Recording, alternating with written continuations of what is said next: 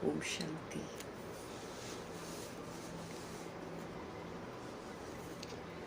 हम आत्माओं की हीलिंग करने वाले शिव पिता परमात्मा शुभ चिंतक बनकर हम आत्माओं को हील करते हैं। ऐसे ही हम आत्माओं को कहते हैं कि हम भी दृढ़ प्रतिज्ञा करें, किसी को न देखें, बल्कि अपनी शुभ वृत्ति से शुभ वायुमंडल बनाएं। इस तरह हमने जो खराब कर रखा है उसको हम ठीक कर पाएंगे। सदा शुभ शुभ का सहयोग देने की समझ देने वाले हम आत्माओं के सच्चे शुभ चिंतक शिव पिता परमात्मा जी का तहे दिल से हम धन्यवाद करेंगे। अपनी शुभ वृत्ति से शुभ चिंतक बनकर शुभ चिंतन करके जीरो से हीरो पार्ट बजाकर पूरे वायुमंडल को शुद्ध बनाने की सेवा करने वाले व्यक्त ब्रह्मा, अव्यक्त ब्रह्मा, गुप्त परिमा, big brother, great great grandfather का रोल प्ले करने वाली आत्मा ब्रह्मा जी का तहे दिल से धन्यवाद करेंगे। दोनों ज़बरदस्त लाइट्स को धन्यवाद करते हुए, उनको हाजिर नाजिर करते हुए मीठे मीठे परमपिता परमात्मा जी के अनमोल महावाक्य उन्हीं से समझेंगे। मीठे परमात्मा जी की जो समझ है वो पूरे वायुमंडल में फैले, तत्वों में फैले, पूरी प्रकृति में फैले, ये दिल से दुआ करेंगे। उनकी जो समझ है यूनिवर्स में मौजूद सभी आत्माओं तक पहुंचे, ये भी दिल से दुआ करेंगे। उन आत्माओं तक पहुंचे जो इस समय वानप्रस्थी में है, वृत्त शरीरों में है, लेकिन मोह माया में उलझे हुए हैं। सभी आत्माओं का बुद्धि का योग सत्य परमपिता परमात्मा के साथ लगे। हर आत्मा देहधारियों पर डिपेंड करना छोड़े और परमपिता परमात्मा पर सारी निर्भरता रखे, उन्हीं को आधार बनाए। दिल से दुआ करेंगे। मीठे बाबा की मीठी समझ उन आत्माओं तक पहुँचे जो हमारे साथ नकारात्मकता से कनेक्टेड है। सभी आत्माओं का बुद्धि का योग हम आत्माओं से हटे, परमात्मा के साथ लगे। उन आत्माओं तक प्रभु जी की समझ पहुँचे जो हमारे साथ लौकिक में कनेक्टेड है। सभी आत्माओं का बुद्धि का योग हम आत्माओं से हट जाए और सत्य परमपिता परमात्मा जी के साथ लग जाए। दिल से दुआ करेंगे। मीठे परमात्मा की समझ उन आत्माओं तक पहुँचे जो इस समय आकारी शरीरों में है, रोज शरीर छोड़ रहे हैं। उनसे संबंधित जितनी आत्माएं हैं जो तड़प रही हैं, रो रही हैं, बिलख रही हैं, सब तक प्रभु जी की समझ पहुँचे। सभी का बुद्धि का योग सत्य परमात्मा के साथ लगे। मीठे परमात्मा की समझ उन आत्माओं तक पहुँचे जो गर्भ जेल में प्रवेश कर गए हैं, जो हॉस्पिटलों में, घरों में पीड़ित अवस्था में हैं, जो प्राकृतिक आपदाओं की शिकार हैं, जो दैहिक हिंसाओं के शिकार हो गए हैं। सब तक मीठे बाबा की मीठी मुरली की समझ पहुँचे। जो माया के प्रकोप के कारण अलबेली बन गई हैं, तंत्र मंत्र में आकर अलबेली हो गई हैं, तमाम आत्माओं का बुद्धि का योग परमात्मा के साथ लगे। माया के प्रकोप से सभी आत्माएं बाहर आ जाएं। उन आत्माओं तक प्रभु जी की समझ पहुँचे जो इस समय वाम मार्ग में चली गई हैं बाबा को छोड़कर, और फिर जो वाम मार्ग में जाने की तैयारी कर रही हैं, सभी तक मीठे परमात्मा जी की समझ पहुँचे।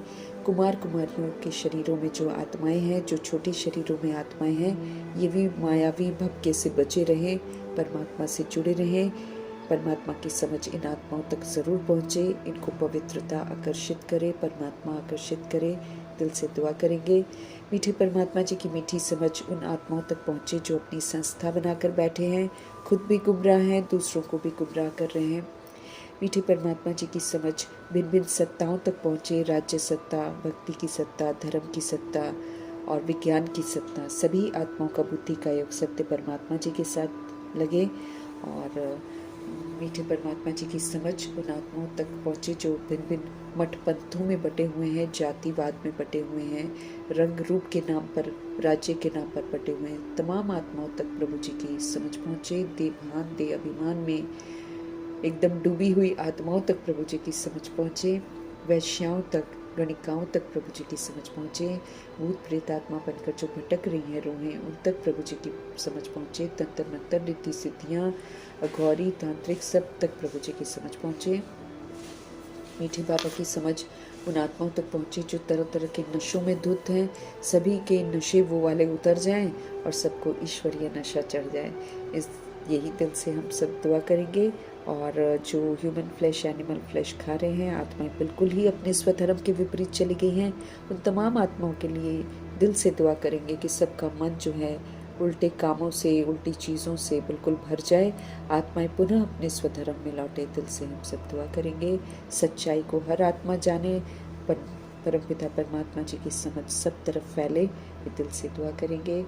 उन स्थानों तक पहुँचे, उन लोगों तक पहुँचे जहाँ पर अभी तक पहुँची नहीं है समझ, और साथ में या फिर समझ पहुँची नहीं है या फिर वो समझना ही नहीं चाहते हैं। सभी के अंदर अब बेहद का वैराग आए। हर आत्मा परमात्मा को जाने, हर आत्मा अपने आप को पहचाने और परमपिता परमात्मा की राहों पर चले। यही दुआ करेंगे। अपने लिए भी दुआ करेंगे कि हम सभी आत्माएं आत्मिक स्थिति में स्थित होकर हमारे लिए जो होमवर्क मिल रहा है अपनी जिम्मेवारी लें, अपनी जवाबदारी लें। क्योंकि बाबा कहते हैं जिम्मेवारी लो, दूसरों को नहीं देखो, अपने को देखो कि मुझे ऐसा बनना है, मुझे बाप समान बनना है, मुझे शुभ वृत्ति से वायुमंडल को शुभ बनाना है, मुझे जीरो बनकर हीरो पार्ट बजाना है, मुझे शुभ चिंतक बनना है, मुझे शुभ चिंतन करना है, सब कुछ मुझे ही करना है, दूसरे को मुझे नहीं देखना है। ऐसी समझ देते हैं शिव बाबा। तो दोनों ज़बरदस्त स्लाइड्स को हाजिर नाजिर करते हुए हम सब अपने लिए भी दुआएं करते हुए परमपिता परमात्मा की श्रेष्ठ मत क्या मिल रही है आज हम आत्मा को, उस पर विशेष ध्यान देकर उसको अमल में लाने की प्रतिज्ञा करके पूरा करेंगे। मीठे मीठे बाबा बोले, मीठे बच्चे, एक बाप ही नंबर 1 एक्टर है। एक शिव पिता परमात्मा ही नंबर 1 एक्टर है जो पतितों को पावन बनाने की एक्ट करते हैं। उनकी तो एक्ट ही अद्भुत है। सारी की सारी एक्ट शिव पिता परमात्मा की अद्भुत है। एक बाप ही नंबर 1 एक्टर है। जो कार्य कोई नहीं कर सकता है वो कार्य शिव बाबा करते हैं, और जो शिव बाबा करते हैं वही जरूरी है। मनुष्य तो देह अभिमान में सोचता है हम करते हैं, हम ये करते हैं, हम वो करते हैं, लेकिन सारा का सारा देह का अभिमान, देह का भान खोखला है। शिव बाबा ही आकर अच्छी एक्ट करते हैं, नंबर 1 एक्टर हैं वो।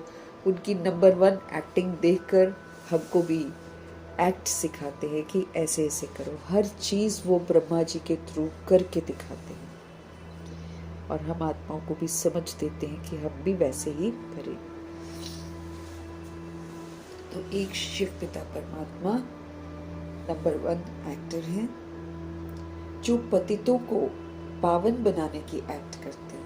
हमारे शिव बाबा पतितों को पावन बनाने की एक्ट करते हैं। बाप जैसी एक्ट कोई कर ही नहीं सकता, उनके जैसी एक्ट कोई कर ही नहीं सकता।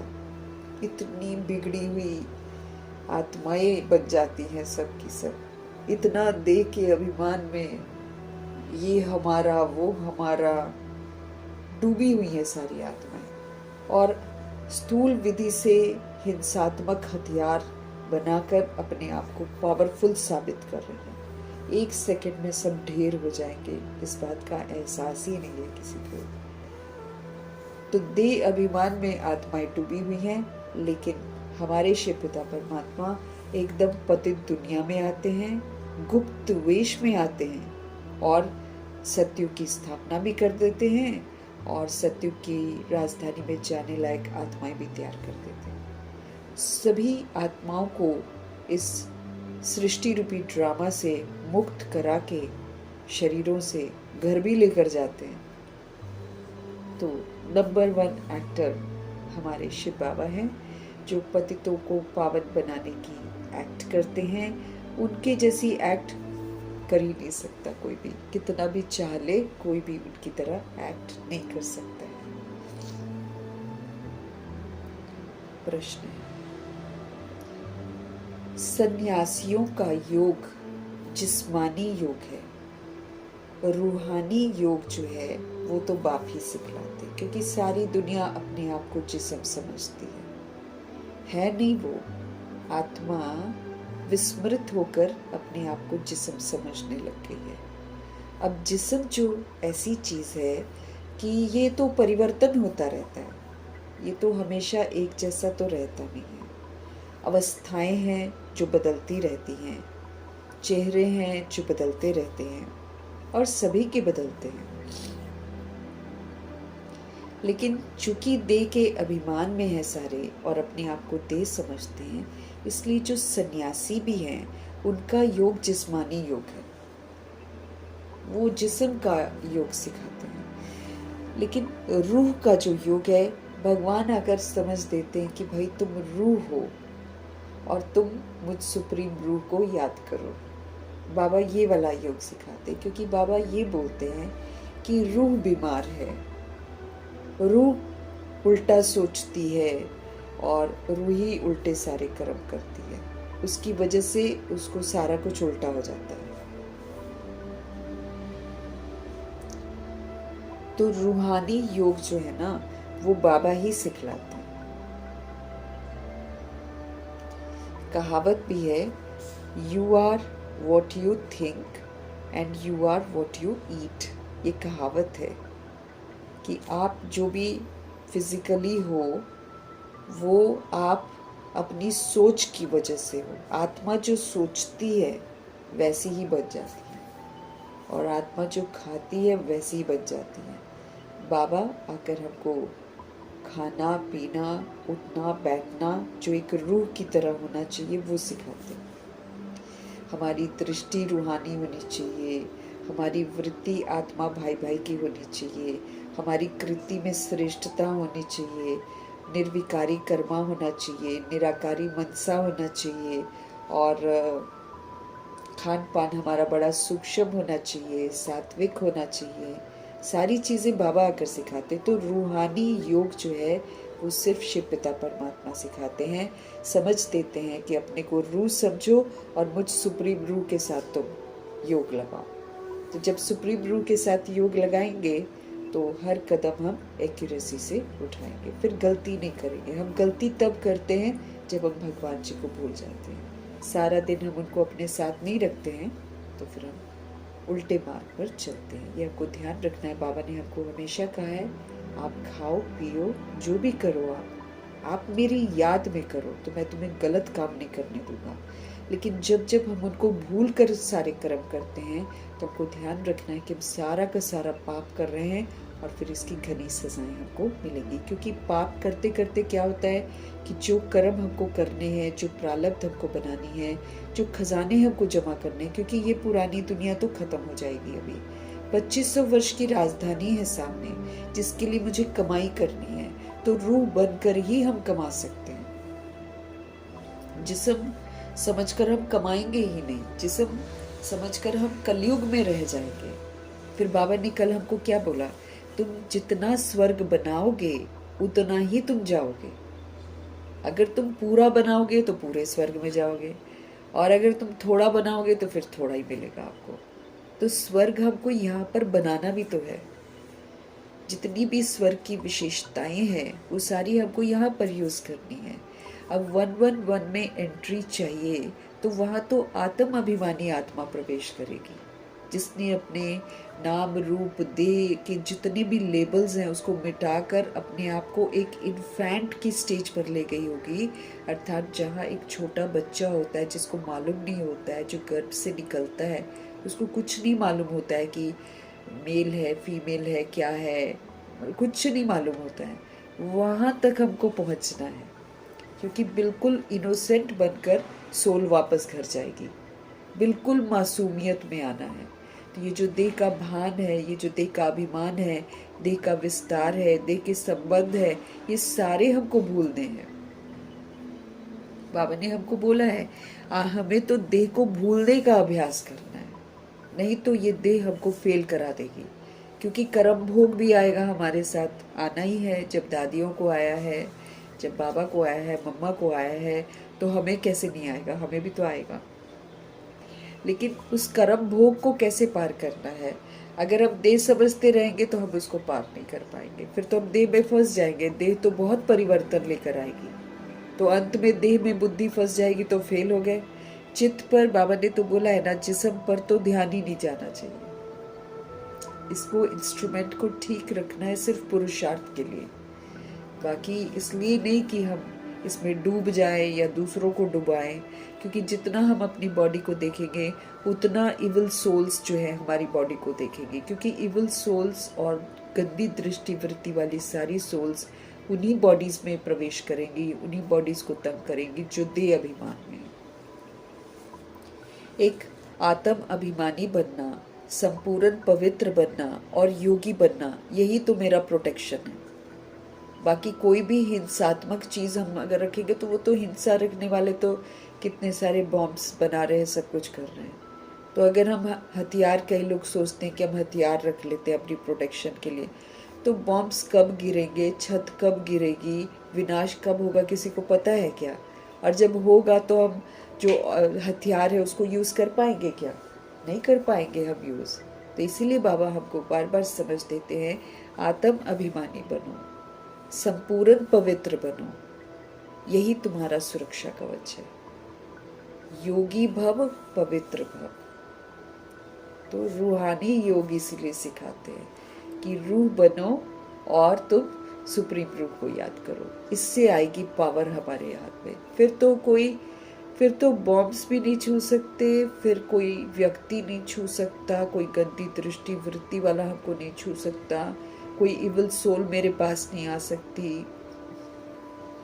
वो तो छोड़ दो, प्रकृति जो इतना विकराल रूप धारण करेगी वो भी सामने आकर शांत हो जाएगी। 1 फुट की दूरी पर उमड़ता हुआ जो पानी है, जो सबको निगल जाएगा, वो भी आकर रुक जाएगा। योग लगाएंगे तो हम इतने पवित्र बन जाएंगे, इतने सशक्त बन जाएंगे कि प्राकृतिक आपदा भी उस जगह पर नहीं होगी जहां हम लोग खड़े होंगे। बाबा भगवान वाच है, धरती नहीं हिलेगी उस जगह पर जहां तुम खड़े होगे।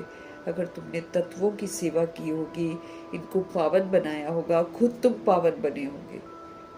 तो हर कार्य बाबा की याद में करेंगे तो राइट करेंगे। जहां हम बाबा की याद में नहीं रहते हैं, हम पाप करते हैं, और पाप की 1000 और लाख गुना दंड है। समझ मिलने के बाद जो भी हमने पाप किए हैं वो माफ नहीं होते।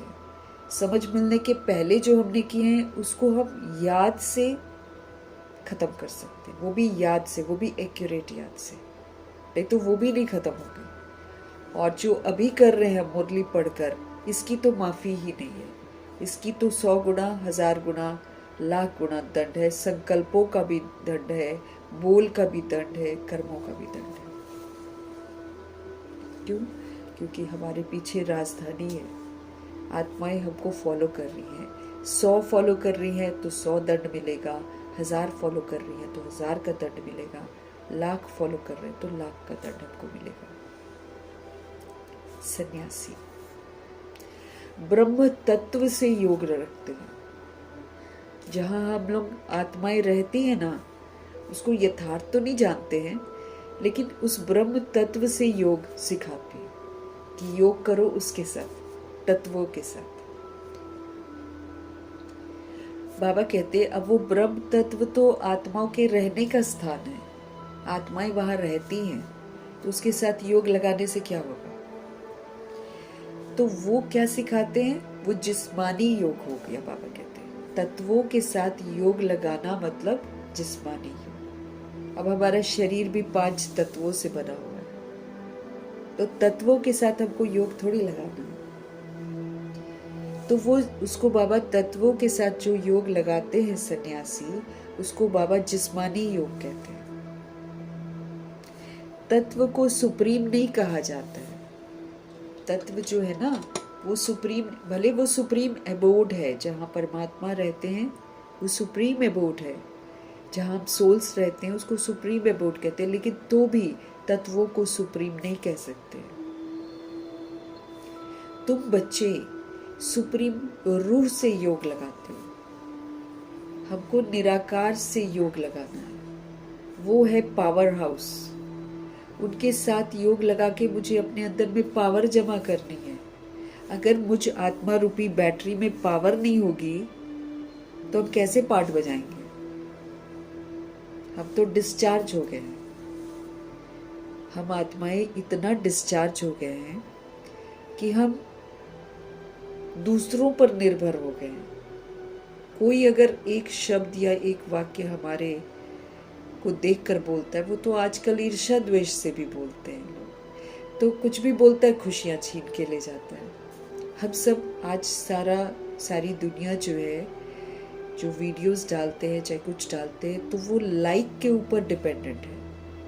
अगर दुनिया लाइक करती है तो वो खुश हो जाते हैं, और अगर नहीं लाइक करती है तो दुखी परेशान हो जाते हैं। इतना बॉडी कॉन्शियसनेस आ जाता है। फिल्म इंडस्ट्री ले लो, मॉडलिंग की इंडस्ट्री ले लो, इतना बॉडी कॉन्शियस है। थोड़ी भी त्रुटि इनके शरीर में आ जाती है, इनको कॉम्प्लेक्स आ जाता है। कई फिर जीव घात कर लेते हैं, क्योंकि पूछते नहीं है ना, ये दुनिया पूछती नहीं है। आप अच्छे हो बाहर से दिखने में तो पूछेंगे, फिर नहीं पूछेंगे, वैसा वाला तो होता है ना, क्योंकि बॉडी कॉन्शियसनेस में है। लेकिन सोल्स इतना बॉडी कॉन्शियसनेस में आ गई है कि किसी के कहने पर या अपने बॉडी के बदलाव को देखकर आत्माएं कितनी दुखी परेशान हो जाती हैं। अधीन हो गई है आत्मा।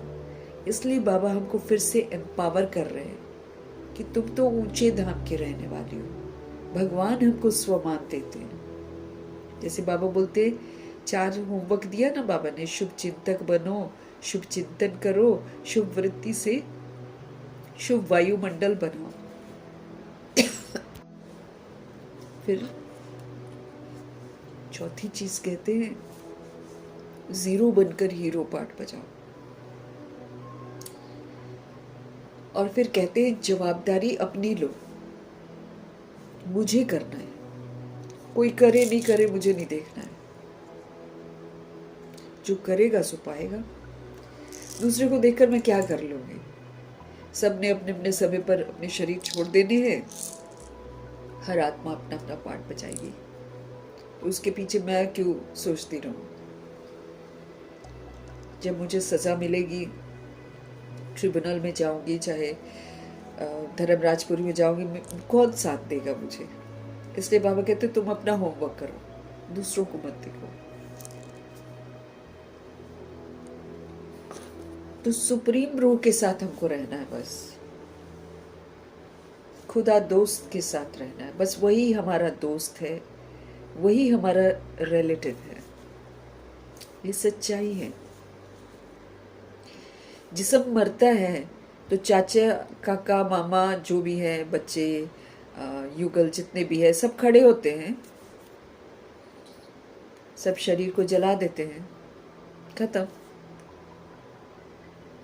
उस शरीर को चलाने वाली रूह बिल्कुल ही अकेली है, क्योंकि उसको कोई देख ही नहीं सकता। तो क्या समझेगा उसकी समस्या को? वो तो बॉडी को मरा हुआ देखकर समझते मर गया, इसलिए जो मर्जी उसके बारे में बोलो।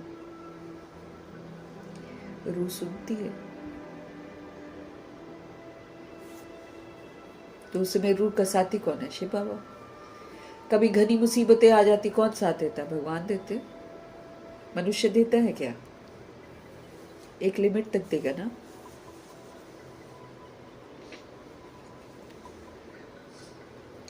तो सन्यासी ब्रह्म तत्व से योग रखना सिखलाते हैं। अब वो तो रहने का स्थान है, उसको बाबा जिस्मानी योग बोलते हैं। तत्व को सुप्रीम थोड़ी कहा जाता है। बाबा कहते हैं तुम बच्चे सुप्रीम रूह से योग लगाते हो, इसलिए तुम्हारा योग जो है रूहानी योग है।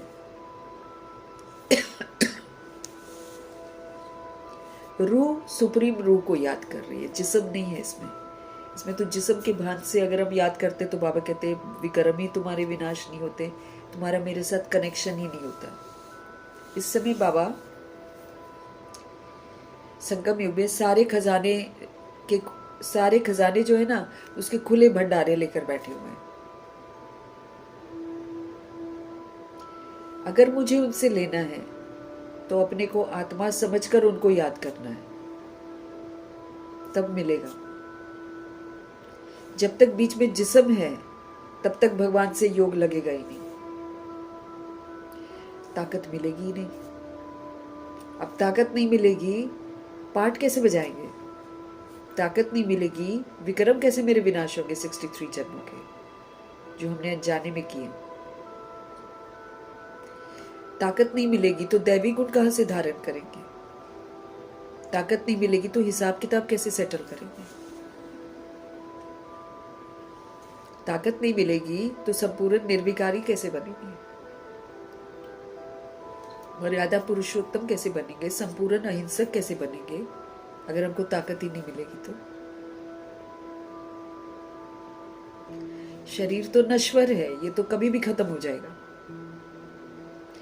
हम एवर रेडी बने हैं कि नहीं? हम 8 पेपर दे पाएंगे कि नहीं दे पाएंगे?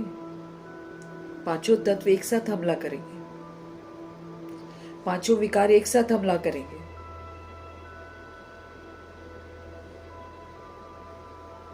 काम, क्रोध, लोभ, मोह, अहंकार चरम सीमा पर होगा, बचेंगे कैसे? फिर प्रकृति से बनाई हुई चीजें मिलेंगी नहीं।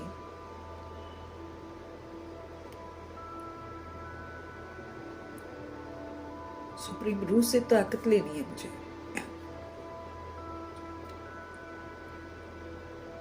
लौकिक अलौकिक पेपर दोनों आएंगे, कैसे देंगे? गद्दी दृष्टि वृत्ति वाले लोग गद्दी दृष्टि वृत्ति से देखकर बुरा कर देंगे, कैसे बचेंगे? इविल सोल हमला करेगी, कैसे बचेंगे? जब हम सोल कॉन्शियस होंगे तभी तो बचेंगे। जिस्म समझेंगे तो सब अटैक करेंगे।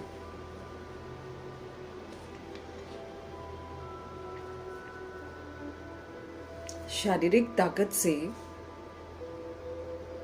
हम भूत प्रेत आत्माओं को भगा लेंगे क्या? वो तो और पकड़ेंगे।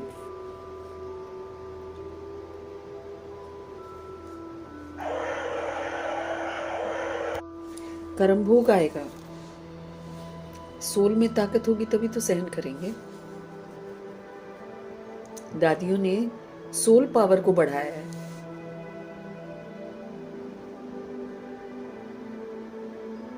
कोई दुनिया की ताकत छू नहीं सकती है अगर सोल कॉन्शियस है तो। फिर सोल कॉन्शियस है तो हम परख भी सकेंगे, दूसरे के मन में क्या चल रहा है वो भी जान जाएंगे। तो असली ताकत तो सोल कॉन्शियस होने में है। जिस्म क्या कर लेगा? कुछ नहीं कर सकता है जिस्म, क्योंकि जो भी होगा अचानक होगा। हम तो प्रिपेयर्ड भी नहीं होंगे।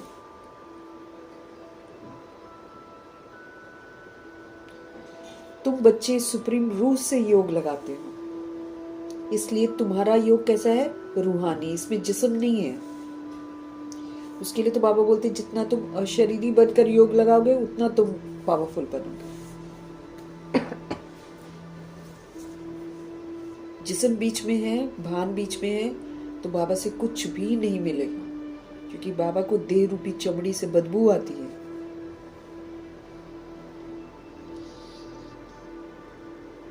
इंद्र सभा है पांडव भवन।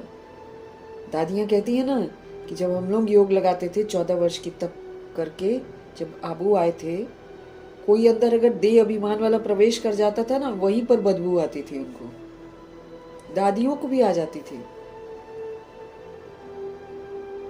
बदबू वाले को तो पास में आने नहीं देंगे, मधुबन में घुसने ही नहीं देंगे।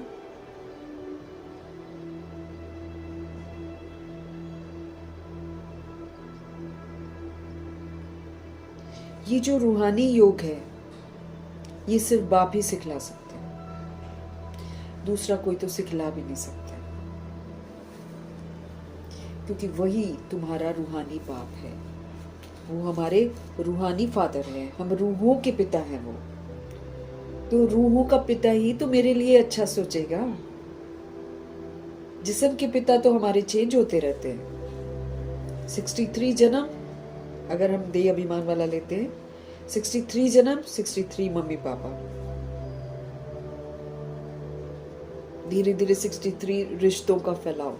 वो तो हम बदलते रहे तो किसको हम समझेंगे कि ये वो है, ये वो है। ये बस कार्मिक अकाउंट है हमारे। कभी कोई माँ बाप बन जाता है, कभी कोई बच्चा बन जाता है। तो बाबा इस रिश्तों की मृत तृष्णा से भी हमको बाहर निकालते हैं। बाबा हमको समझ बार बार देते हैं कि तुम्हारे कार्मिक अकाउंट्स तुमसे मिल रहे हैं, इसलिए कभी मत समझना कि ये हमारे दोस्त हैं, ये हमारे रिश्ते हैं, हमारे वो हैं, हमारे वो हैं।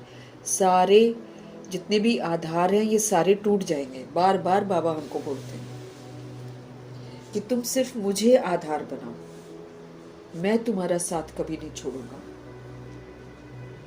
बाकी सब ने साथ छोड़ देना है।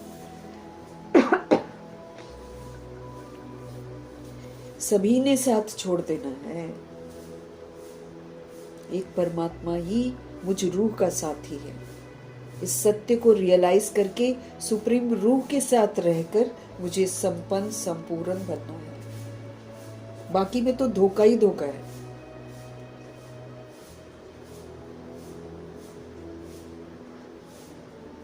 बाबा बार बार बोलते हैं झूठ खंड की बातें मत सुनो, क्योंकि सब देह के भान और अभिमान में है। ये आपको सब देह में ही फंसाएंगे और हम खा लेंगे धोखा, क्योंकि अंत में देह भान में हम कुछ भी नहीं कर पाएंगे। कोई नहीं बचाएगा हमें। जो हमारी स्थिति होगी वो बचाएगी, क्योंकि अभी स्टैंप लग रहा है, फिर बाबा चले जाएंगे, फिर स्टैंप नहीं लगेगा, खत्म।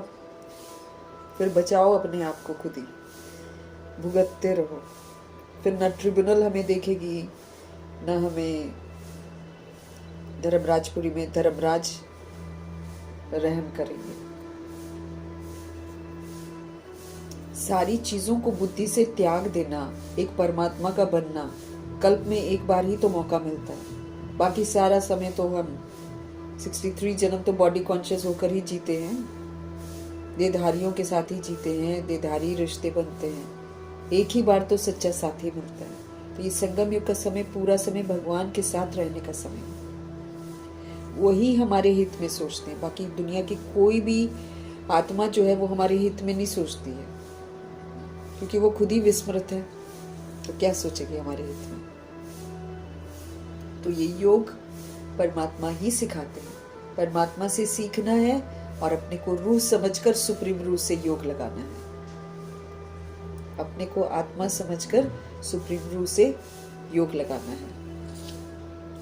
तो तुम्हारा योग कौन सा है? रूहानी योग है। ये योग बाप ही सिखला सकते हैं, दूसरा कोई भी सिखला न सके, क्योंकि वही तो तुम्हारा रूहानी बाप है।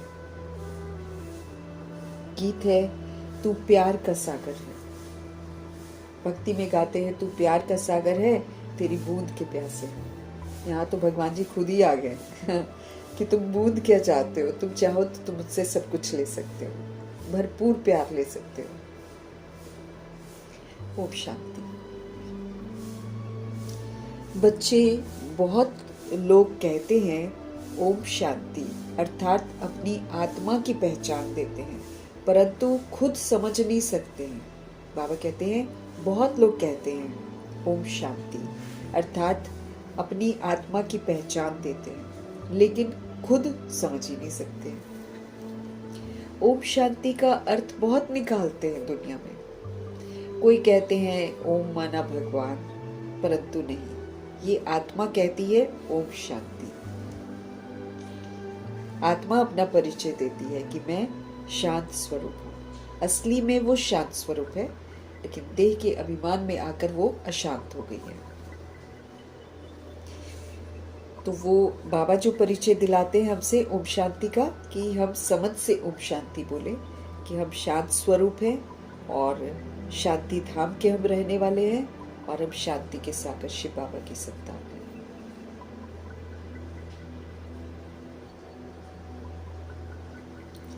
अहम आत्मा का स्वधर्म है ही शांत।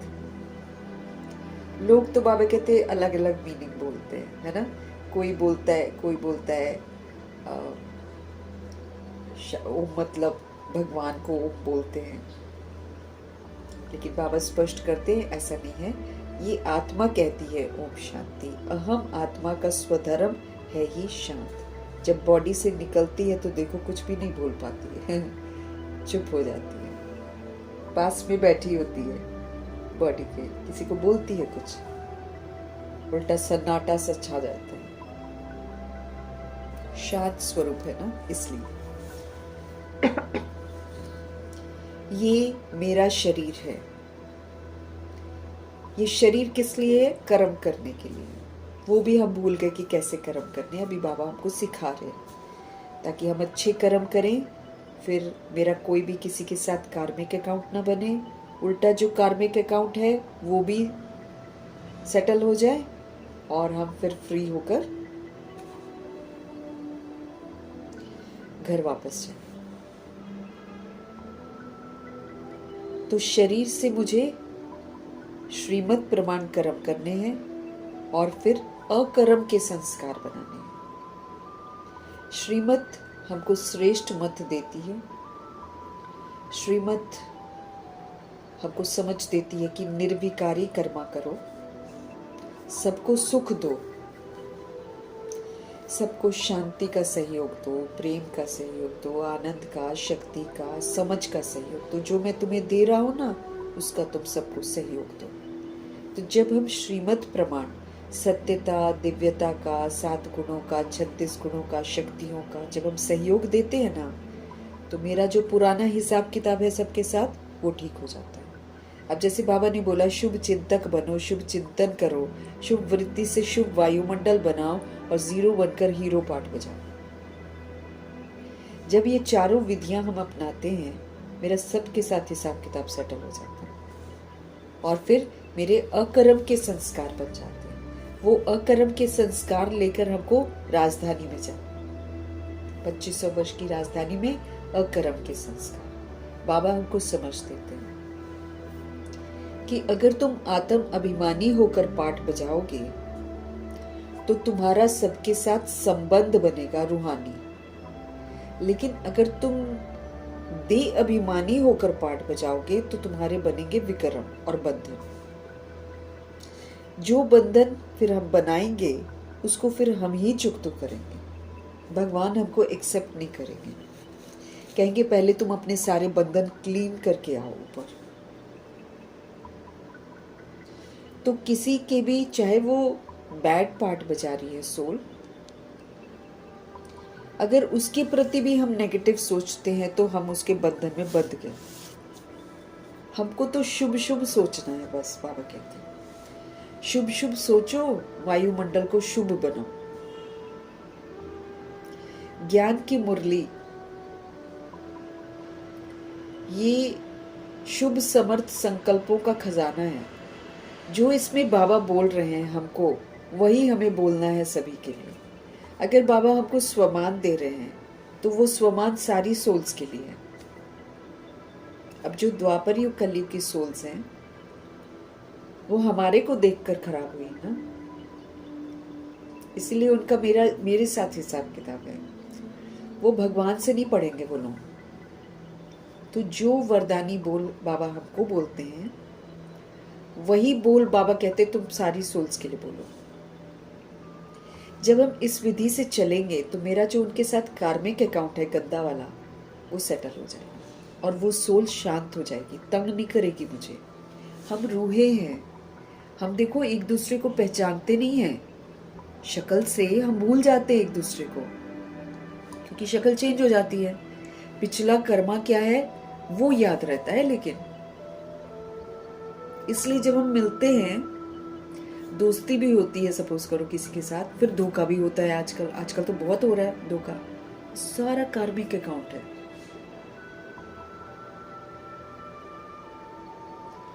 हम मिलते ही अपने कार्मिक अकाउंट से।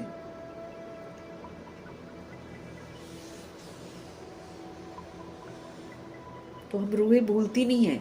इसलिए बाबा कहते जब तुम वर्ल्ड की सारी सोल्स को दुआएं दोगे, जब तुम वर्ल्ड की सारी सोल्स को शुभ भावना शुभकामना दोगे ना, तो वो सोल का अकाउंट मेरे साथ क्लियर हो जाएगा, फिर वो मेरे को तंग नहीं करेगी।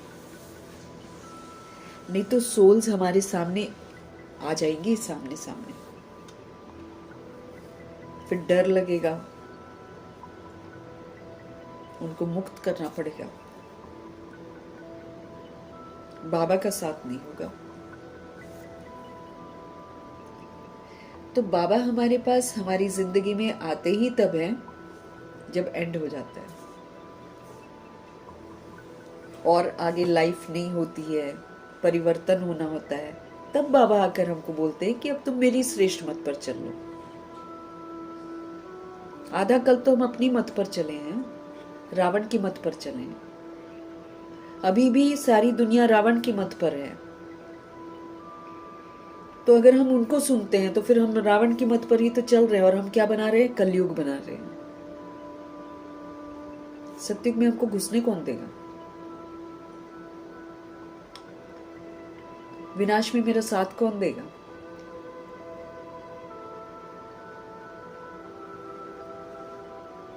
जो बनाया होगा हमने, उसी ग्रुप में हम चले जाएंगे।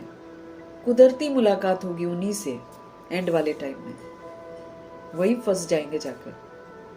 अभी भी अचानक का थोड़ी पता है कि हम कहाँ होंगे। कोई मधुबन में होगा, कोई मधुबन वाला बाहर होगा, हम हो सकता है घर से बाहर हो, बच्चे कहीं स्कूल में हो, या कोई ऑफिस में होगा, ऐसे होगा एंड। हमारे सोचे अनुसार थोड़ी होगा कि हमने घर बना लिया और हम घर में सुरक्षित रहेंगे। अचानक के हादसे जितने भी हो रहे हैं, कैसे हो रहे हैं? सुबह में माँ को बोल रहे हैं खाना बनाओ, मैं अभी आ रहा हूं, वापस ही नहीं आता, वहीं पहुंच जाता जहां उसकी मौत होनी होती है। ऐसे दौर से हम गुजर रहे हैं।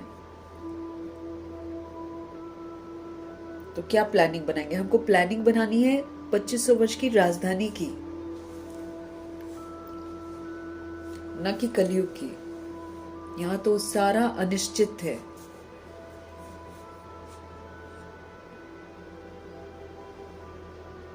इसलिए बाबा बोलते हैं सारे आधार टूट जाने हैं। आधार क्या होता है? घर, गाड़ी, पैसा, रिश्ते, यही तो हम लोग आधार बनाते हैं।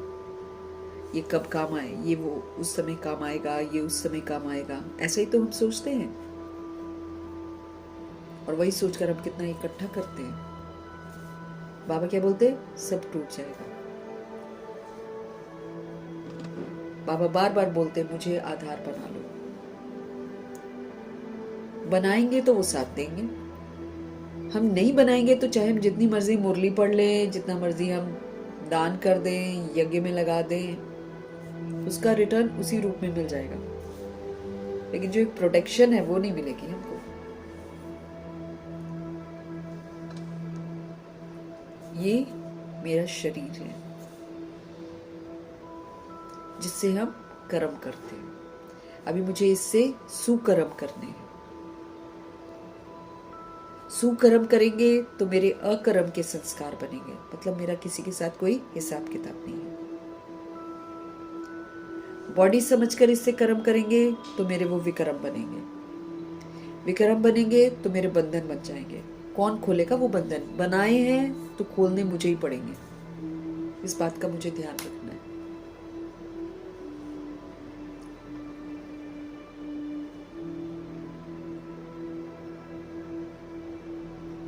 ये मेरा शरीर है जिससे हम कर्म करते हैं। समझना है ये अलग है, मैं अलग हूं। ये इंस्ट्रूमेंट है मेरा। इसको सात्विकता के साथ, प्योरिटी के साथ इसको चलाना है। दादियों ने इसको सात्विकता और प्योरिटी से चलाया है, तब जाकर इतना उन्होंने अपना कार्मिक अकाउंट सेटल किया आराम से, और देवियां बनी हैं।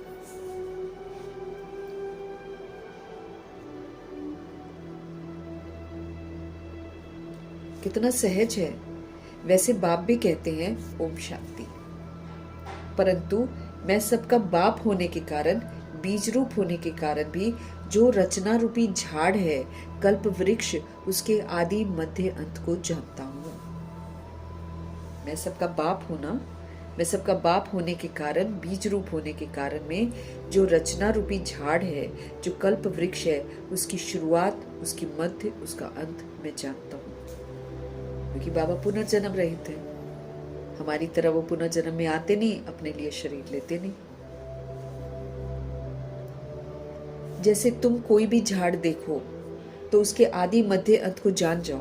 वो बीज तो जड़ है ना, कोई भी पेड़ ले लो, उसका जो बीज है वो तो जड़ है।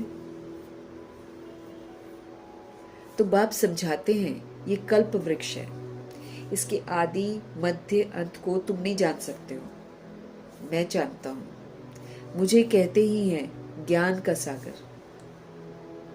मैं तुम बच्चों को बैठ आदि मध्य अंत का राज समझा रहा हूं। मैं तुम बच्चों को बैठ आदि मध्य अंत का राज समझा रहा हूं। ये जो नाटक है, जिसको ड्रामा कहा जाता है, जिसके तुम एक्टर्स हो, बाप कहते हैं मैं भी एक्टर हूं। बाबा कह रहे हैं मैं तुम बच्चों को बैठ आदि मध्य अंत का राज समझा रहा हूं। ये नाटक है जिसको ड्रामा भी कहा जाता है, जिसपे हम आत्मा रूपी एक्टर्स काम करते हैं। और बाप कहते हैं मैं भी एक्टर, हम आत्मा रूपी भी एक्टर्स हैं और शिव बाबा भी एक्टर हैं। बच्चे कहते हैं हे बाबा पतित पावन एक्टर बनाओ, आकर पतितों को पावन बनाओ। जो सूर्यवंशी घराने की सोल्स है ना, वो पुकारती हैं ऐसे, क्योंकि उनको वैराग आ जाता है पुरानी दुनिया से। दादा लेखराज को था कि कुछ डिफरेंट होना चाहिए। अब बाप कहते हैं मैं एक्ट कर रहा हूं, मेरा पार्ट सिर्फ इस संगम समय में ही है, मेरा पार्ट सिर्फ संगम पर है। सो भी मुझे अपना शरीर नहीं है, मैं इस शरीर के द्वारा एक्ट करता हूँ, ब्रह्मा जी के शरीर के द्वारा एक्ट करता हूँ। उनको भी पहले मरजीवा बनाते हैं। वैराग तो उनमें दादा लेखराज में ही आ गया था। तो बाबा कहते धरनी तैयार कर रहा था मैं, क्योंकि जिसको वैराग आ जाता वही तो सच्चाई के रास्ते पर चलेगा ना। तो उनको पहले ही वैराग आ गया था।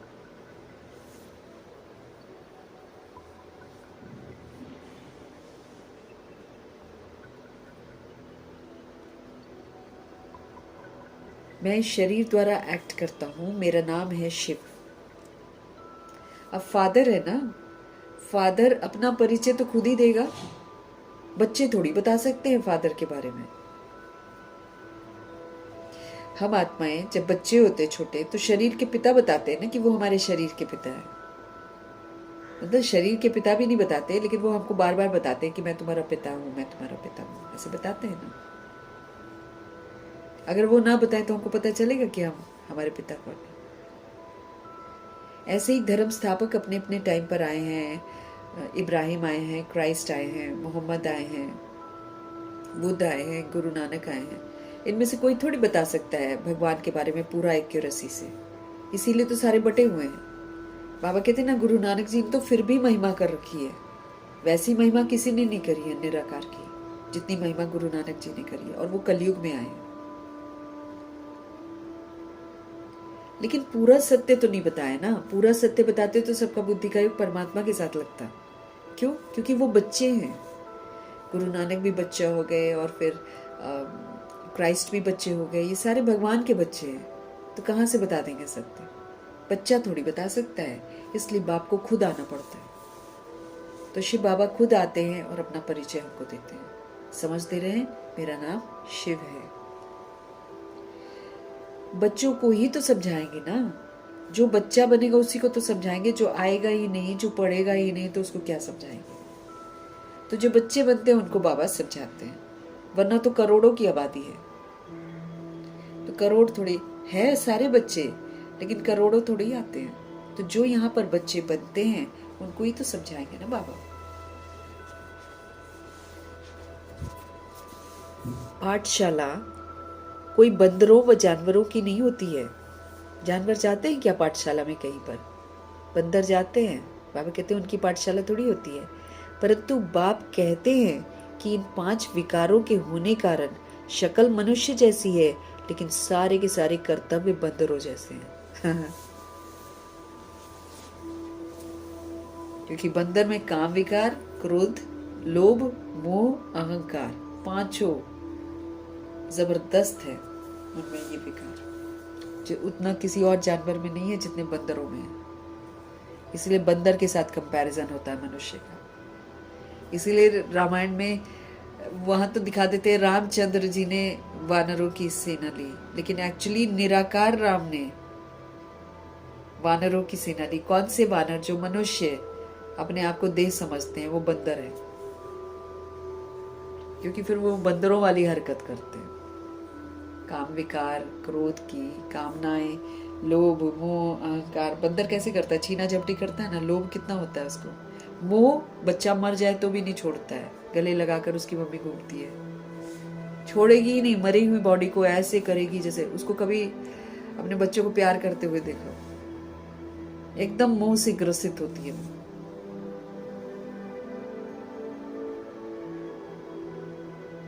तो बाबा कहते यूं तो पाठशाला कोई बंदरों या जानवरों की तो नहीं होती है, परंतु बाप कहते हैं ये जो 5 विकार है ना, काम, क्रोध, लोभ, मोह, अहंकार, ये जब हम आत्माओं के अंदर में घुस जाते हैं तो शक्ल भले मनुष्यों जैसी होती है, लेकिन सीरत जो होती है, जो हमारा कैरेक्टर होता है, जो कर्तव्य हमारे होते हैं, वो सारे के सारे बंदरों जैसे होते हैं। नहीं होता छीना झपटी, उसका खा लिया, इसका खा लिया। स्कूल में भी जाते थे तो कैसे दूसरे का टिफिन खा लेते, दूसरे के लंच जो आते थे वो खा लेते थे। हरकतें कैसी थी हम लोग की। घरों में भी आपस में हम ज्यादा खाएंगे, वो ये खाएगा, वो मेरा है, वो मेरा है। कैसी हरकतें हो गई हमारी। मोह, अटैचमेंट तो जबरदस्त है। ये मेरा है, मेरा। चीजों के साथ अटैचमेंट, ये चीज मेरी है, वो चीज मेरी है। शरीर के साथ अटैचमेंट, शरीर के संबंधों के साथ अटैचमेंट, सब चीजों के साथ हमको मोह हो गया था। अभी भी होगा, बच्चों के साथ मोह होगा अभी भी। अटैचमेंट।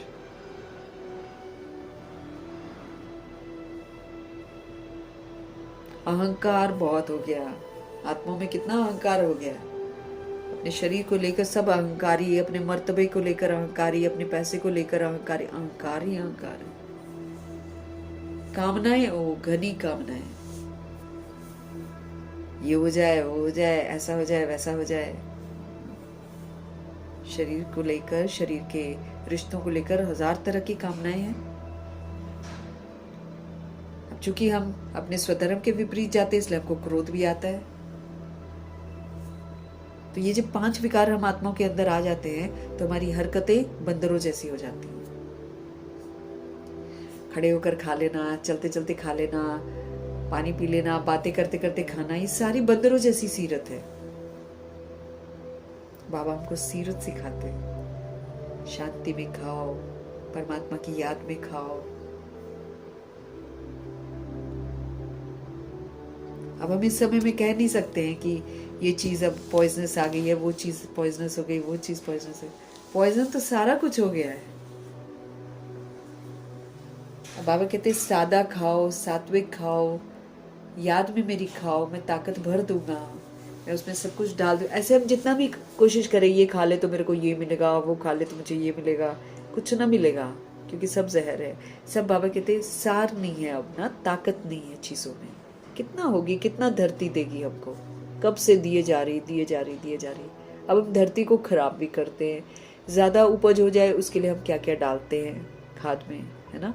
और फिर ये जो है, अब दुनिया को चाहिए, बढ़ती जा रही है आबादी, दुनिया को जल्दी जल्दी चाहिए, उनके पास पैसा है, वो देते हैं तो फिर जबरदस्ती रातों रात फ्रूट भी पका देते हैं, सब्जियों को इंजेक्शन लगाकर सब्जियों को बड़ा कर देते हैं। क्या नहीं करते, सब कुछ करे जा रहे। सबको पैसा चाहिए, पैसा चाहिए, दुनिया को वो चीजें चाहिए, उस चक्कर में सब चल रहा है। तो कर्तव्य कैसे हो गए हमारे? बंदरों जैसे। बच्चों को बाप समझाते हैं कि पतित तो सब अपने को कहलाते ही हो। तो जब बंदरों जैसी सीरत हो जाती है ना, फिर बंदर से बाबा फिर से हमको अच्छा बनाते हैं। तब जब हम अच्छे बनते हैं ना, फिर निराकार राम हम आत्माओं की सेना लेते हैं। लेकिन अब स्थूल में क्या दिखा देते हैं, रामचंद्र जी और बंदरों की सेना लेते हैं। नहीं, बंदर जो हम बन जाते हैं, बंदरों जैसी जब सीरत हमारी होती है, फिर बाबा हमको करेक्ट करते हैं। फिर जब हम करेक्ट हो जाते हैं, फिर बाबा शिव शक्ति सेना बनाकर हम आत्माओं से कार्य करवाते हैं श्रेष्ठ, ताकि हमारा भाग्य बने और हिसाब किताब भी हमारा सबके साथ सेटल हो जाए। बच्चों को बाप समझाते हैं कि पतित तो सब अपने को कहलाते ही हैं, सब पतित हैं। और नहीं कहीं तो मंदिरों में गुरुद्वारों में जाकर तो कान पकड़ते हैं और मत्था टेकते हैं और हम हमेशा अपने को बोलते हैं हम पापी हैं, कपटी हैं। कहीं ना कहीं तो सोल को रियलाइजेशन होता है कि मैं गलत हूँ। इसलिए वो जब जड़ चित्रों के सामने जाती हैं या फिर उन जगहों पर जाती है जहाँ सिमरन हो रहा है भगवान का, वहां पर जाकर अपने आप सच बताती है। बच्चों को बाप समझाते हैं कि पतित तो सब अपने को कहलाते ही हैं, परंतु ये नहीं जानते हैं कि हमको पतित बनाता कौन है, किस चीज से। अब देखो, काम विकार से पतित बनते हैं, लेकिन उनको पता ही नहीं है ना कि ये काम विकार हमको पतित बनाता है, ये काम विकार हमको आत्मघाती बनाता है। नहीं मालूम है, न पाठ करने वालों को मालूम है, वो भी तो नहीं समझाते। सन्यासी खुद पवित्र रह लेंगे, किसी और को बोलते हैं कि पवित्र रहो? कभी भी नहीं, क्योंकि वो भिक्षा ही लेते हैं उनसे, इसीलिए वो पुनर्जन्म में आते हैं। क्योंकि ऐसे पवित्र रहते हैं, ऐसे पतितों के घर का लेते हैं दीक्षा। देखो कैसे हिसाब किताब बन रहा है, इसलिए फिर वो गर्भ जेल में जाते हैं।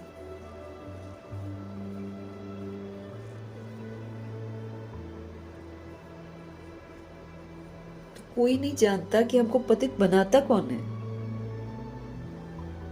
अब इधर से अरदास कर रहे हैं, काम क्रोध लोभ अहंकार से हमें बचाओ। अगर कभी उनसे पूछो कि ऐसे वाणी में तो ऐसे बोलते हैं, तो नहीं, गुरुओं ने शादी की है ना, इसलिए शादी तो वो जरूरी है, क्योंकि इससे वृद्धि होती है, ऐसे वो बोलते हैं। नहीं सुनना चाहते हैं।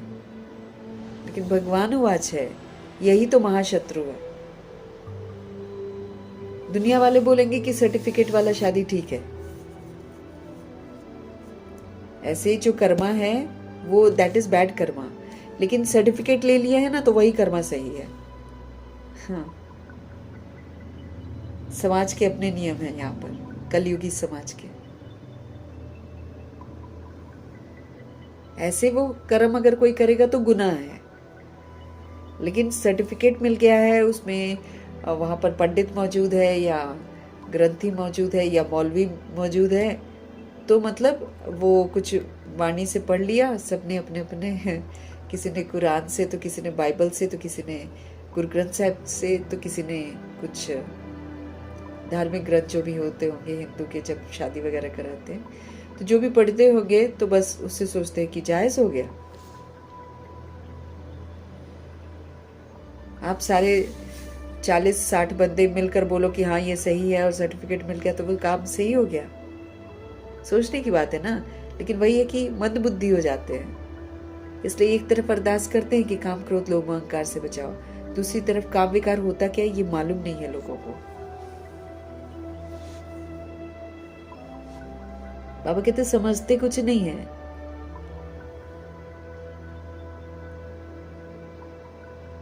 ये नहीं जानते कि हमको पतित कौन बनाता है, पतित पावन कौन है, नहीं जानते हैं।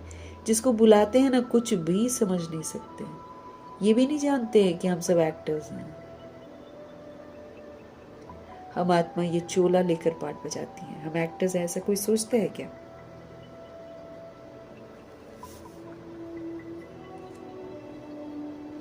आत्मा परम धाम से आती है, आकर पाठ बजाती है।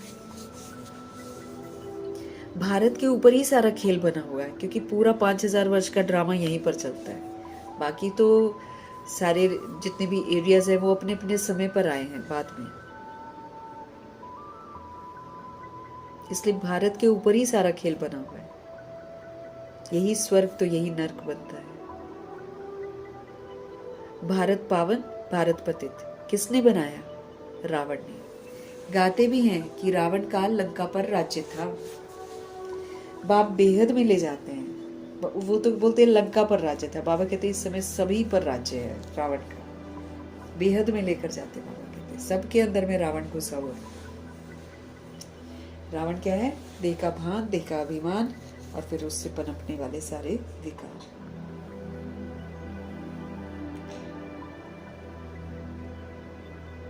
तो भारत को पतित किसने बनाया? रावण ने बनाया।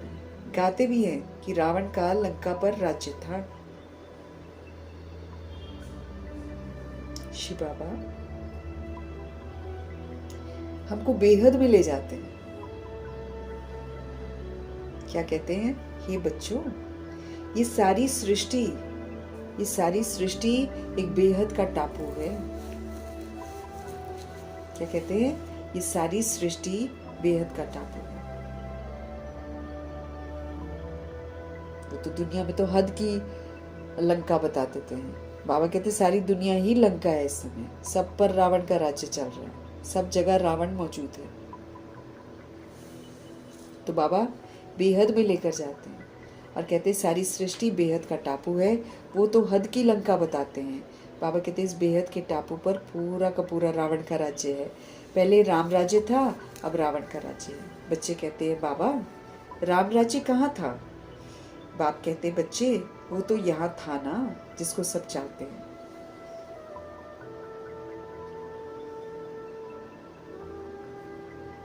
तुम भारतवासी आदि सनातन देवी देवता धर्म के हो। तुम भारतवासी आदि सनातन देवी देवता धर्म के हो, हिंदू धर्म के नहीं हो आप।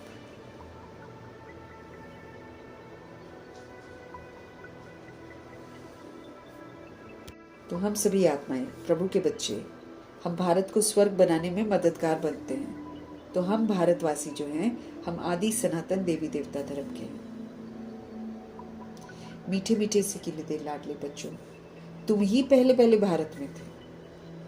तुमको वो सत्यों का राज्य किसने दिया था? जरूर हेवनली गॉडफादर ही ये वाला वर्षा देंगे ना, हेवन का। बाप समझाते हैं कि कितने और धर्मों में कन्वर्ट हो गए हैं। मुसलमानों का जब राज्य था तो बहुतों को मुसलमान बनाया। क्रिश्चियन का राज्य था तो बहुतों को क्रिश्चियन बनाया। बौद्धियों का था तो यहाँ राज्य भी नहीं हुआ तो भी बहुतों को बौद्धि बनाया, कन्वर्ट किया अपने धर्म में। आदि सनातन धर्म जब प्राय लोप हो जाए तब तो फिर उस धर्म की स्थापना हो। अब वो प्राय लोप हो गया है। जड़ चित्र है लेकिन वो धर्म नहीं है, सत्यता दिव्यता नहीं है। जड़ चित्र है, मंदिर है, सब कुछ है, इसीलिए प्राय लोप है। तो आदि सनातन धर्म जब प्राय लोप हो जाए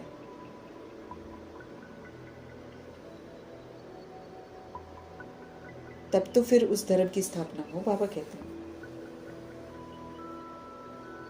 तो बाप तुम सभी भारतवासियों को कहते हैं कि मीठे मीठे बच्चे, तुम सब आदि सनातन देवी देवता धर्म के हो। मीठे मीठे बच्चे, तुम सब आदि सनातन देवी देवता धर्म के थे। हमको याद दिला रहे हैं। तुमने 84 जन्म लिए, ब्राह्मण बने, फिर देवता बने, फिर क्षत्रिय बने, फिर वैश्य बने, फिर शूद्र वर्ण में आए। अब फिर से बाबा ब्राह्मण वर्ण में लेकर आए हैं। तो देवता वर्ण में अब जाना, ब्राह्मण वर्ण में आकर शिक्षित होकर शिक्षाओं को अमल में लाकर दैवी वर्ण में जाना। तो फिर ब्राह्मण वर्ण में आए हो देवता वर्ण में जाने के लिए। गाते भी हैं ब्राह्मण देवताए नमः, तो पहले ब्राह्मणों का नाम लेते हैं। गाते भी हैं ब्राह्मण देवताए नमः, पहले ब्राह्मणों का नाम लेते हैं। ब्राह्मणों ने ही भारत को स्वर्ग बनाया है। जब हम ब्राह्मण बनते हैं, हम बाबा के बच्चे बनते हैं, फिर हम बाबा की शिक्षाओं पर चलते हैं, फिर हम स्वर्ग के लायक जब बनते हैं तब हम भारत को स्वर्ग बनाते हैं। तो ये है ही भारत का प्राचीन योग। जो योग बाबा सिखाते हैं ये भारत का प्राचीन योग है, राजयोग।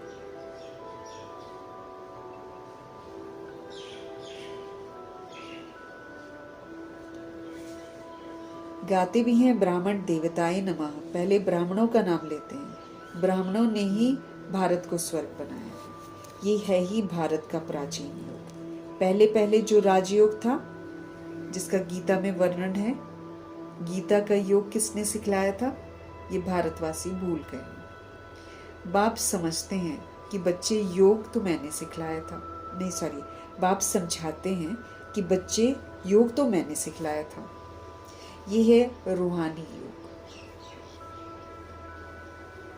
ये रूहानी योग है। ये रूह को सिखाया जाता है कि सुप्रीम रूह के साथ कनेक्ट हो जाओ, तब जाकर हम फिर से सत्यता और दिव्यता को धारण करने की शक्ति को प्राप्त कर सकेंगे। बाकी सब दुनिया में जिस्मानी योग है।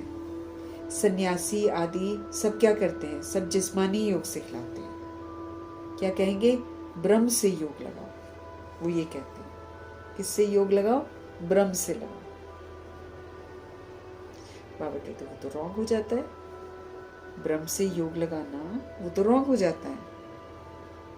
ब्रह्म तत्व तो रहने का स्थान है, बाबा कहते हैं, वो कोई सुप्रीम रूह थोड़ी ठहरा। बाप को ही भूल गए हैं। बाबा कहते तुम भी भूल गए थे, तुम भी भूल गए थे, तुम अपने धर्म को भूल गए हो। ये भी तो ड्रामा में नूत है। विलायत में योग था ही नहीं।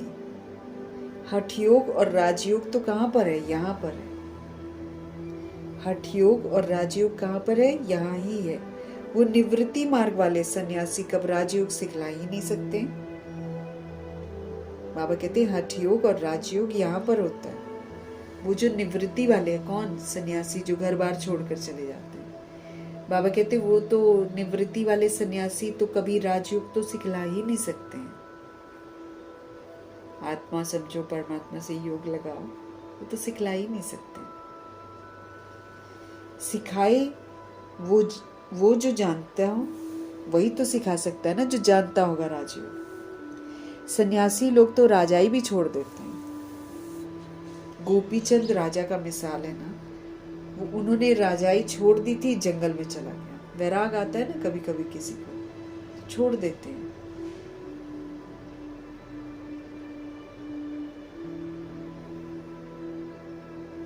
उसकी भी कहानी है। सन्यासी तो राजाई छुड़ाने वाले हैं, वो फिर राजयोग कैसे सिखला सकते हैं। सन्यासी वो तो राजाई छुड़ाने वाले हैं, वो कहां से राजयोग सिखा सकते हैं। इस समय सारा का सारा झाड़ जो है जड़ जड़ीभूत अवस्था को पाया हुआ है, कभी भी ढह जाएगा। तो अंत में उसको गिराना पड़ता है। एकदम खोखला हो जाएगा तो क्या करेंगे, गिराएंगे ही ना। वैसे ये मनुष्य सृष्टि रूपी झाड़ भी तमो प्रधान है इस समय। मनुष्य जो है तमो प्रधान हो गए। तो वैसे ये मनुष्य सृष्टि रूपी झाड़ भी इस समय तमो प्रधान है। इनमें कोई भी ताकत नहीं है अब रह, कुछ में भी ताकत नहीं है। न मनुष्यों में ताकत है, न यहाँ की कोई चीजों में ताकत है, न दवाई में ताकत है, किसी भी चीज में अब ताकत नहीं। तो इसलिए बाबा बोलते हैं ये सारा का सारा तमो प्रधान बन गया है ना, इसलिए अब इसमें कोई भी सार नहीं है। इनका जरूर विनाश होगा। इनके पहले आदि सनातन देवी देवता धर्म की स्थापना यहाँ करनी होगी। अब विनाश के पहले बाबा स्थापना जरूर करते हैं। तो किसकी स्थापना करते हैं, सनातन देवी देवता धर्म की स्थापना करते हैं। सतयुग में कोई दुर्गति वाला होता ही नहीं है। ये विलायत में जाकर योग सिखलाते हैं, परंतु बाबा कहते हैं वो है जिस्मानी योग, वो है हठ योग। ज्ञान तो उसमें बिल्कुल ही नहीं है, कोई भी चीज की समझ नहीं है। अनेक प्रकार के हठ योग होते हैं, लेकिन बाबा जो सिखाते हैं ये राजयोग होता है। इसको रूहानी योग कहा जाता है। वो सब जितने भी दुनिया में योग सिखाते हैं, सब के सब जिस्म को लेकर जिस्मानी योग है। मनुष्य मनुष्य को सिखलाता है।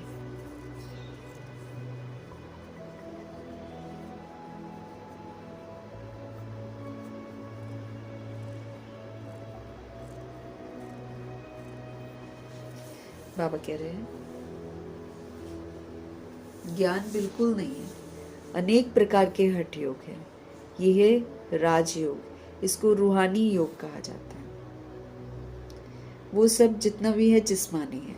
मनुष्य मनुष्य को वहां पर सिखाने वाले हैं। आप बच्चों को समझाते हैं कि मैं तुमको एक ही बार ये राजयोग सिखाता हूँ। बाप बच्चों को समझाते हैं कि मैं तुमको एक ही बार ये राजयोग सिखाता हूँ और कोई कदाचित सिखा नहीं सकता, कोई भी नहीं सिखा सकता। रूहानी बाप रूहानी बच्चों को सिखाते हैं। तो बाप बच्चों को समझाते हैं कि मैं तुमको एक ही बार ये राजयोग सिखाता हूँ और कोई कदाचित सिखा ना सके। रूहानी बाप रूहानी बच्चों को सिखाते हैं कि माँ में कम याद करो, अब तुम मुझे याद करो, तो तुम्हारे सारे के सारे पाप जो है ना वो मिट जाएंगे। हठ योगी तो कभी ऐसे कह ना सके कि भाई तुम ये वाला मुझे याद करो तो तुम्हारे रोग मिट जाएंगे, बोलेंगे क्या? बाप आत्माओं को समझाते हैं ये नई बात है। बाप तुमको अब देही अभिमानी बना रहे हैं।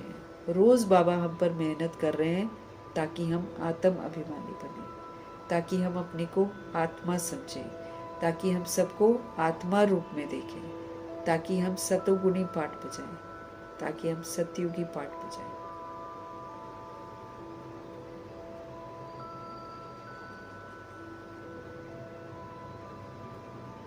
बाबा क्या कह रहे हैं हमको?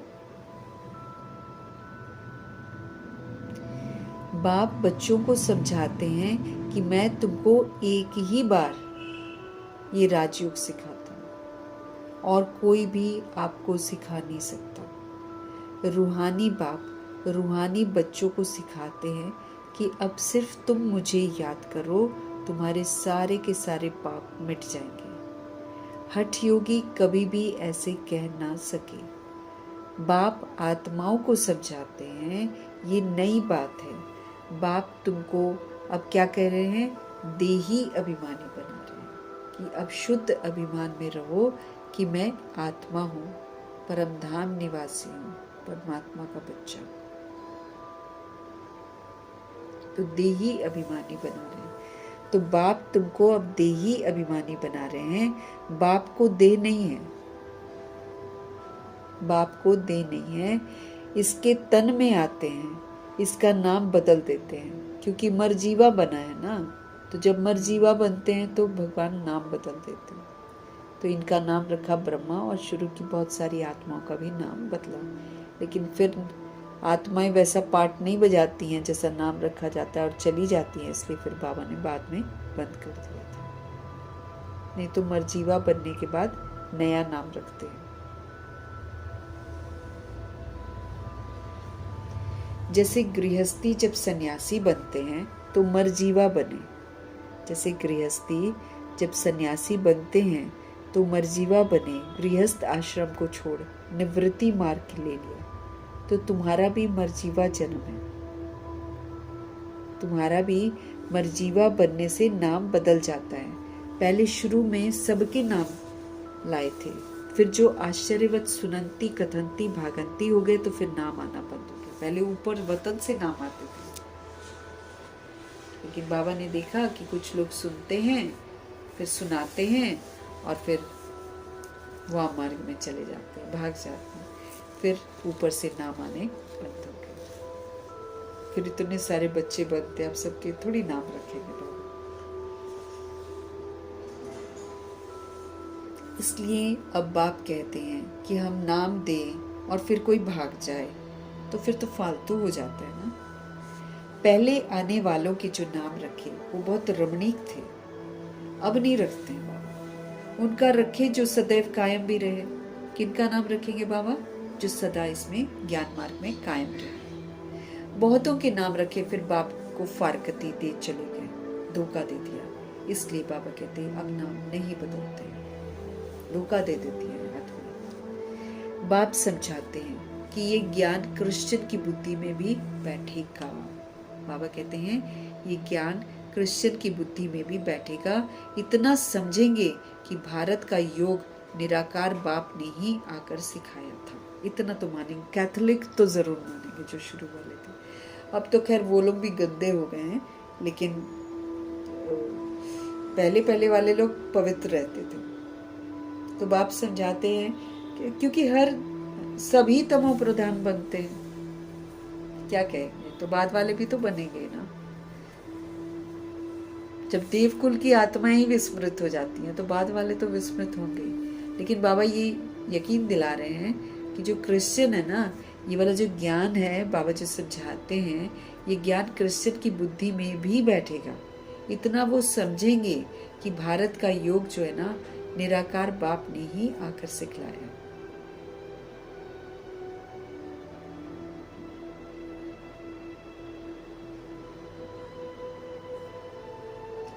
इतना समझेंगे कि भारत का योग जो है वो निराकार बाप ने ही आकर सिखाया था।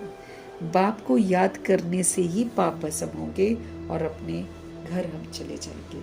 बाबा को याद करेंगे तो हमारे पाप भस्म होंगे और फिर हम अपने घर चले जाएंगे। जो आदि सनातन देवी देवता धर्म का होगा और अगर वो क्रिश्चियन बन गया होगा या मुस्लिम बन गया होगा तो वो ठहर जाएगा, वो आ जाएगा। अब देखो कितने क्रिश्चियंस हैं बाबा के घर में, डबल विदेशी जो हैं, कितने क्रिश्चियंस हैं, सब बाबा के बन गए। मुस्लिम्स भी बाबा के बनते हैं। तो बाबा वही बोल रहे हैं कि जो शुरू में ड्रामा में आया था आदि सनातन देवी देवता धर्म में, अगर वो किसी और धर्म में कन्वर्ट हो गया होगा ना, तो वो यहाँ पर ठहर जाएगा, उसको अच्छा लगेगा ये वाला ज्ञान। तुम जानते हो कि मनुष्य मनुष्य की सदगति नहीं कर सकते। हम क्या जानते हैं? कि मनुष्य मनुष्य की सदगति नहीं कर सकते। ये दादा भी मनुष्य है ना, ये कहते हैं कि मैं किसकी सदगति नहीं कर सकता हूँ। ब्रह्मा जी तो बोलते थे भाई मुझे मत याद करो, मैं किसी की सदगति नहीं कर सकता हूँ। ये तो बाबा हमको सिखलाते हैं कि तुम्हारी सदगति भी याद से होगी।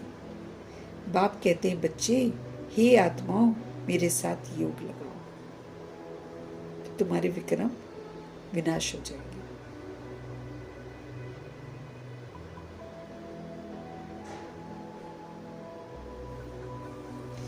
तो बाबा कहते हैं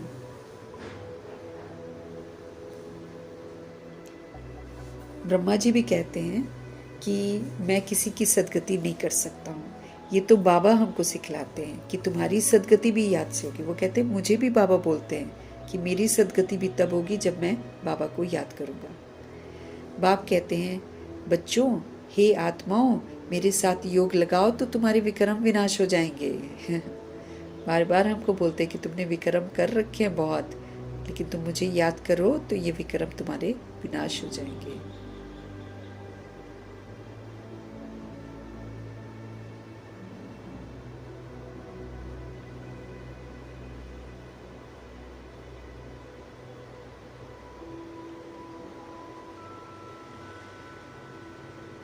तो बाप कहते हैं बच्चों,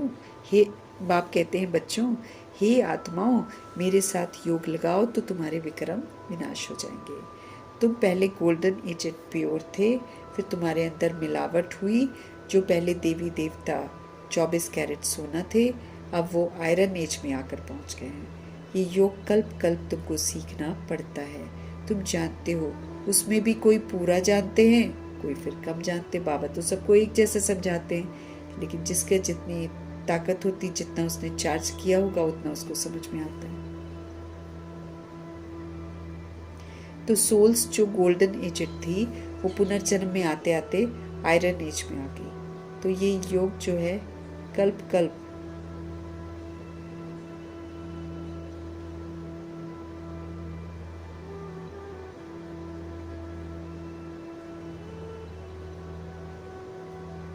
तो बाबा कहते जो पहले देवी देवता 24 कैरेट सोना थे, अब आयरन एज में आकर पहुंचे हैं।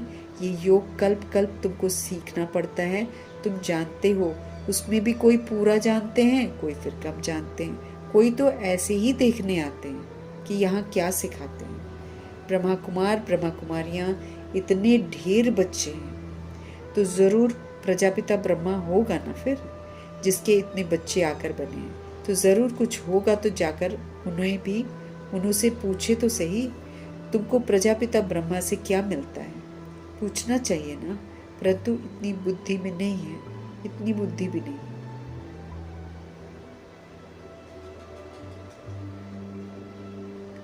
भारत के लिए खास कहते हैं, भारत के लिए खास कहते हैं। गाया भी जाता है, पत्थर बुद्धि सो पारस बुद्धि, गाया भी जाता है। पत्थर बुद्धि बन जाते हैं, फिर बाबा आकर पारस बुद्धि बनाते हैं, फिर पारस बुद्धि पत्थर बुद्धि बन जाते हैं, पुनर्जन्म में आते आते। सतयुग त्रेता में पारस बुद्धि गोल्डन एज थे, फिर सिल्वर एज 2 कला कम हो गई, इसलिए नाम पड़ा चंद्रवंशी, क्योंकि नापास हुए ना, तो चंद्रवंशी नापास कहलाते हैं। पास सिर्फ शुरू वाले ही कहलाते हैं।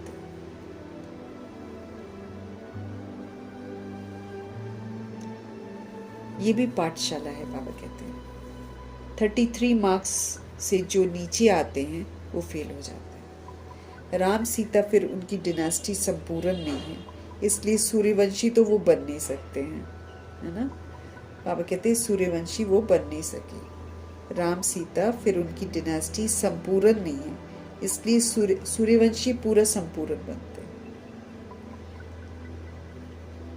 नापास तो कोई होंगे ना, क्योंकि इम्तिहान भी तो इतना बड़ा इम्तिहान है भाई, नष्ट मोह ही सबसे बड़ा इम्तिहान है। फिर रोज़ हमारा पेपर होना, कितना परिवर्तन किया है, कितना हमने खजाने जमा किए हैं, कितना स्वमान में स्थित रहे, सब चीज़ों का पेपर होता है।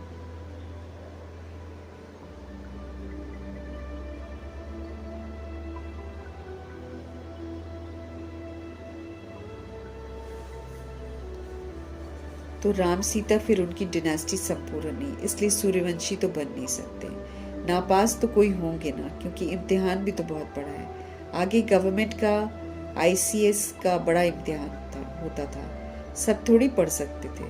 कोटों में कोई निकलते थे, कोई चाहे तो हम सूर्यवंशी महाराजा महारानी बने, तो फिर उनमें भी बड़ी मेहनत चाहिए। फिर मम्मा बाबा भी पढ़ रहे हैं श्रीमत से, वे पहले नंबर में पढ़ते हैं। फिर जो माता पिता को फॉलो करते हैं वही फिर उनके तख्त पर बैठेंगे, जो फॉलो करेंगे उनके जैसा बनेंगे वही तो तख्त पर बैठेंगे ना। अब उस लेवल का तो नहीं बनेंगे जैसे लक्ष्मी नारायण जी, लेकिन फिर भी तख्त पर तो बैठेंगे, राजाई घराने में तो आ जाएंगे ना, अगर फॉलो करेंगे तो मम्मा बाबा भी पढ़ रहे हैं श्रीमत से, वह पहले नंबर में पढ़ते हैं, वे पहले नंबर में पढ़ते हैं। फिर जो माता पिता को फॉलो करते हैं वही फिर उनके तख्त पर बैठेंगे। सूर्यवंशी 8 डिनास्टी चलती है, जैसे Edward the first the second चलता है। तुम्हारा कनेक्शन इन क्रिश्चियन से अधिक है। क्रिश्चियन घराने ने भारत की राजाई हब की है, भारत का अथाह धन ले गए हैं।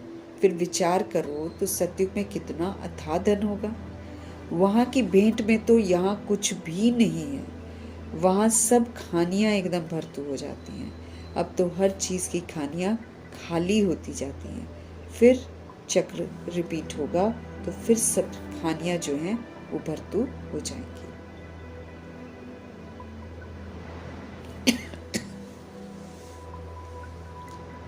मीठे मीठे बच्चों, तुम अब रावण पर जीत पाकर राजाई ले रहे हो। अब हमको रावण पर जीत पानी है, मतलब तुम अब रावण पर जीत पाकर राजाई ले रहे हो। फिर आधा कल्प के बाद ये रावण आएगा फिर से, फिर तुम राजाई गवा बैठेंगे। अभी भारतवासी तुम कौड़ी मिसल बन गए हो। हम लोग जो भारत को स्वर्ग बनाते हैं, बाबा कहते इस समय तुम कैसे बन गए हो, तुम कौड़ी मिसल बन गए हो। हमने तुमको हीरे जैसा बनाया था, बाबा कहते हैं हमने तुमको हीरे जैसा बनाया था, और रावण ने देखो तुमको कैसा बना दिया, कौड़ी जैसा बना दिया। तो इस समझ के साथ फिर हमको रावण को यूज़ नहीं करना है। तो बाबा कहते हैं हमने तुमको हीरे जैसा बनाया और रावण ने देखो तुमको कैसा कौड़ी जैसा बना दिया। समझते हैं, समझते नहीं हैं कि रावण कब आया, ये नहीं समझते हैं कि रावण कब आया। तो बाबा ही समझाते हैं ना सबको। बाबा कहते हैं ये नहीं समझते कि रावण कब आया, हम क्यों उनको जलाते हैं ये भी नहीं जानते हैं। इतना इतना खर्चा करते हैं जलाने के लिए, कितना पैसा खर्च होता है, लेकिन उनको मालूम नहीं है कि हम क्यों जलाते हैं और वो कौन है। बस खाली सीरियल में देखते हैं और उसी के अनुसार, रामायण में पढ़ते हैं, उसी के अनुसार बना लेते हैं जो भी बनाना होता है।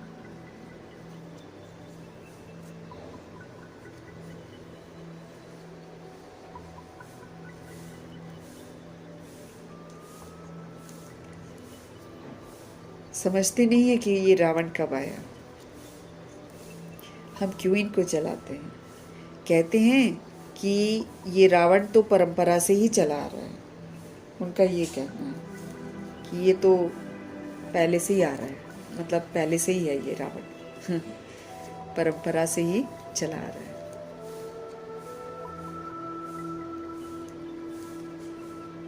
बाबा समझाते हैं कि आधा कल्प के बाद ये रावण राज्य शुरू होता है। विकारी बनने के कारण अपने को देवी देवता तो कोई भी नहीं कह सकता ना, विकारी है ना, कैसे मुख से बोलेंगे कि हम देवी देवता हैं।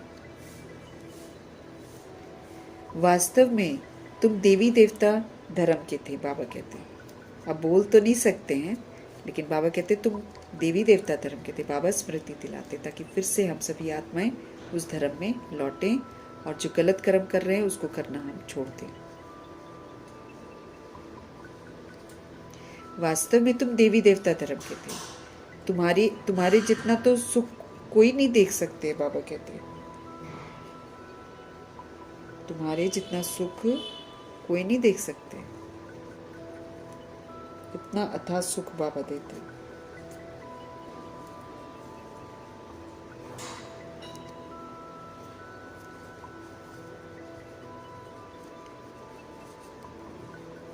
सबसे अधिक गरीब भी तुम बने हो, चरित्र से पूरा गरीब बन जाते हैं ना, तो इसलिए फिर जो प्राप्तियां होती हैं वो छिन जाती हैं। तो बाबा समझ दे रहे हैं सबसे अधिक गरीब भी तुम बने हो। दूसरे धर्म वाले बाद में वृद्धि को पाते हैं, वो तो लूट लाट के ले जाते हैं, तो वो तो वृद्धि को पाते हैं ना। बाबा कहते हैं वो तो लूट लेते हैं यहाँ से सारा कुछ।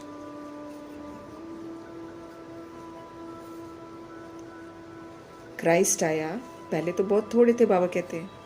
जब बहुत हो जाए तब तो राजाई कर सकते हैं, तब तो रूल करेंगे ना।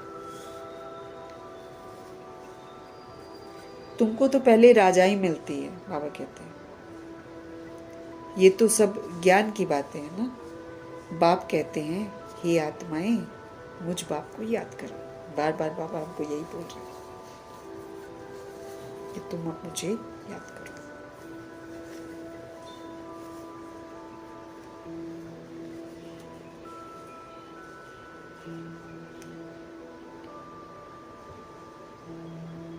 आधा कल्प तुम देह अभिमानी रहे हो, देख लिया तुमने देह अभिमान में आकर क्या हुआ है ना। अब देही अभिमानी बनो, अब ये बनकर देखो। घड़ी घड़ी ये भूल जाते हो क्योंकि आधा कल्प की कट जो चढ़ी हुई है। अब देही अभिमानी रहो तो फिर बहुत सारी जिम्मेवारी है, बहुत सारी जवाबदारी है। इसमें सत्यता दिव्यता का हमको सहयोग देना है।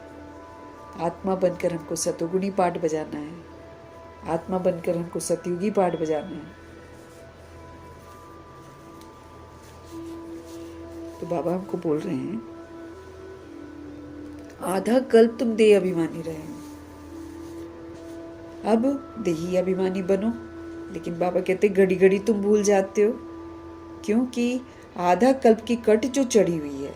इस समय तुम ब्राह्मण चोटी हो, सबसे टॉप में है। हम सब दुख धाम को भी देख सकते हैं, सुख धाम को भी देख सकते हैं, अपने आप को संगम युग में भी देख सकते हैं। तुम हो सबसे ऊंच सन्यासी, ब्रह्म से योग लगाते हैं, उनसे विक्रम विनाश नहीं होंगे, बाबा कहते हैं। सन्यासी ब्रह्म से योग लगाते हैं, उनसे विक्रम विनाश नहीं होते हैं। हर एक सोल जो आ जाती है वो सतो रजो तमो से गुजरती ही गुजरती है, क्योंकि पुनर्जन्म में आती है, उसकी ताकत घटती जाती है। ताकत घटती है तो फिर उसके कर्म गड़बड़ हो जाते हैं। वापस कोई भी जा नहीं सकता, सब यही मौजूद रहते हैं तब तक जब तक बाबा नहीं आ जाए, और जब तक बाबा ना समझाए कि ऐसे करो ऐसे करो। तो हर एक को सतो रजो तमो में आना जरूर है, वापस कोई भी जा नहीं सकता। जब सभी तमो प्रधान बन जाते हैं ना, तब बाप आकर सभी को सतो प्रधान बनाते हैं। जब सभी तमो प्रधान बन जाते हैं, तब हमारे शिव पिता परमात्मा आकर सभी सोल्स को सतो प्रधान बनाते हैं, अर्थात सभी की जो ज्योति है ना वो जग जाती है। हर एक आत्मा को अपना अपना पाठ मिला हुआ है, हम सभी सोल्स को अपना अपना पाठ मिला हुआ है। तुम हो हीरो हीरोइन, क्योंकि जो पाठ हम बजाते हैं वही हमको मिलता है। अब बाबा का बच्चा बनते हैं, श्रीमत पर चलते हैं, तो हीरो हीरोइन पाठधारी बन जाते हैं। अगर हम श्रीमत पर चलते हैं तो ड्रामा में हीरो हीरोइन का पाठ बजाते हैं। हीरो हीरोइन मीन्स जीरो बनकर हीरो पार्ट बजाना। किसी से दैहिक रिश्ता कोई नहीं, सबके साथ रूहानी रिश्ता और सबके साथ अच्छा वाला व्यवहार।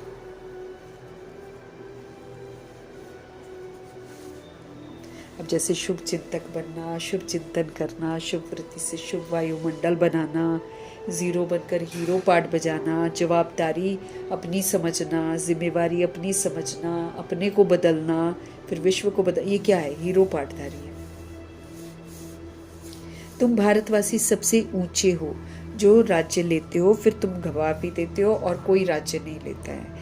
वो राज्य लेते हैं बाहुबल से। अब जैसे बाहर के देश है, अभी क्या कर रहे हैं प्रेसिडेंट ट्रम्प, क्या कर रहे हैं? अपना बाहुबल दिखा रहा है, मैं उसको जब्त करूंगा, वो उसको जब्त करूंगा, अपने अनुसार चलाऊंगा। ये क्या है? ये बाहुबल है, ये देह का अभिमान है। जीतेगा थोड़ी, बाहुबल वाले जीतते नहीं है, ये खुद ही अपने कुल का विनाश कर लेते हैं। इनोसेंट पब्लिक को मरवाता है और अपने परिवार को बचा के रखता है। ऐसी सोल्स हो गई ना, तो बाहुबल है यहाँ पर।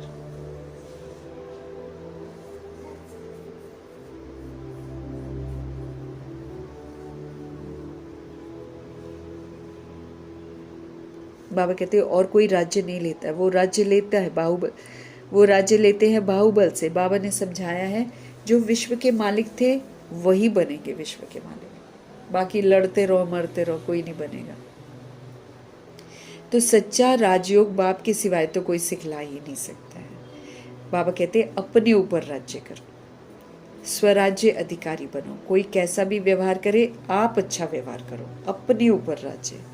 कोई आपको डिस्टर्ब ना कर सके, कितना भी आपको तंग करे, आप अच्छा व्यवहार करो। ये है राजाई अभी की। और जो ये वाला राजाई करता है, जैसे ब्रह्मा जी ने की, और प्रभाव मुक्त रहे, लगाव मुक्त रहे, दबाव मुक्त रहे, तो देखो विश्व महाराजन बन गए। ऐसे बनते विश्व महाराजन, जैसे ब्रह्मा जी बनते। तो बाबा कहते, बाबा ने समझाया है जो विश्व के मालिक थे वही बनेंगे। तो सच्चा राजयोग बाप के सिवाय तो कोई सिखला ना सके।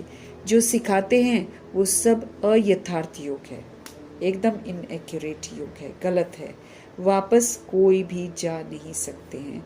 अभी है अंत, सभी दुख से छूटते हैं इस समय, फिर नंबरवार सब आएंगे अपने अपने टाइम पर। जैसा पाठ बजाएंगे, जैसा संस्कार बनाएंगे, वैसे आएंगे। सभी दुख से इस समय छूटते हैं। पहले सुख देखना है, फिर दुख देखना है। जो भी सोल आती है ना, पहले सुख देखती है, फिर भूल जाती है, फिर गलत कर्मा करती है, फिर दुख देखती है। ये सब समझने की बातें हैं। कहा जाता है हथ काटे दिल याडे, मतलब हाथों से काम करो और दिल प्रभु में लगा रहे। काम करते रहो, बाकी बुद्धि योग हमारा शिव पिता परमात्मा के साथ लगा रहे। तुम आत्माएं आशिक हो एक माशूक की, अभी वो माशूक आया हुआ है। सभी आत्माओं यानी कि सभी आत्मा रूपी सजनियों को गुल गुल बनाकर वापस घर ले जाएंगे। बेहद का साजन, बेहद की सजनियाँ, बहुत बेहद का साजन, सबका साजन है। हम में से जितने बच्चे हैं 16,108 करोड़ बच्चे जो बाबा से पढ़ते हैं, हम में से सभी को बाबा ने कहा है मुझे साजन बना लो, सजनी बना लो। वैसे हम सभी सोल्स क्या हैं? हम सजनियाँ हैं और एक शिव पिता परमात्मा हमारे साजन हैं।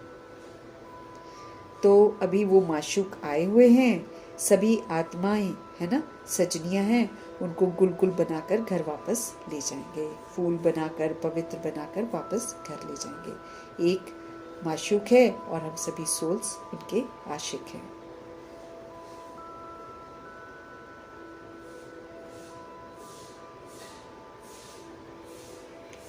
बेहद का साजन, बेहद की सजनियाँ,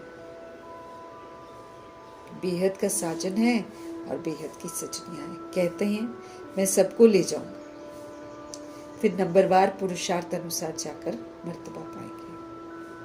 कहते हैं मैं सबको ले जाऊंगा, फिर नंबरवार पुरुषार्थ अनुसार जाकर मर्तबा पाएंगे।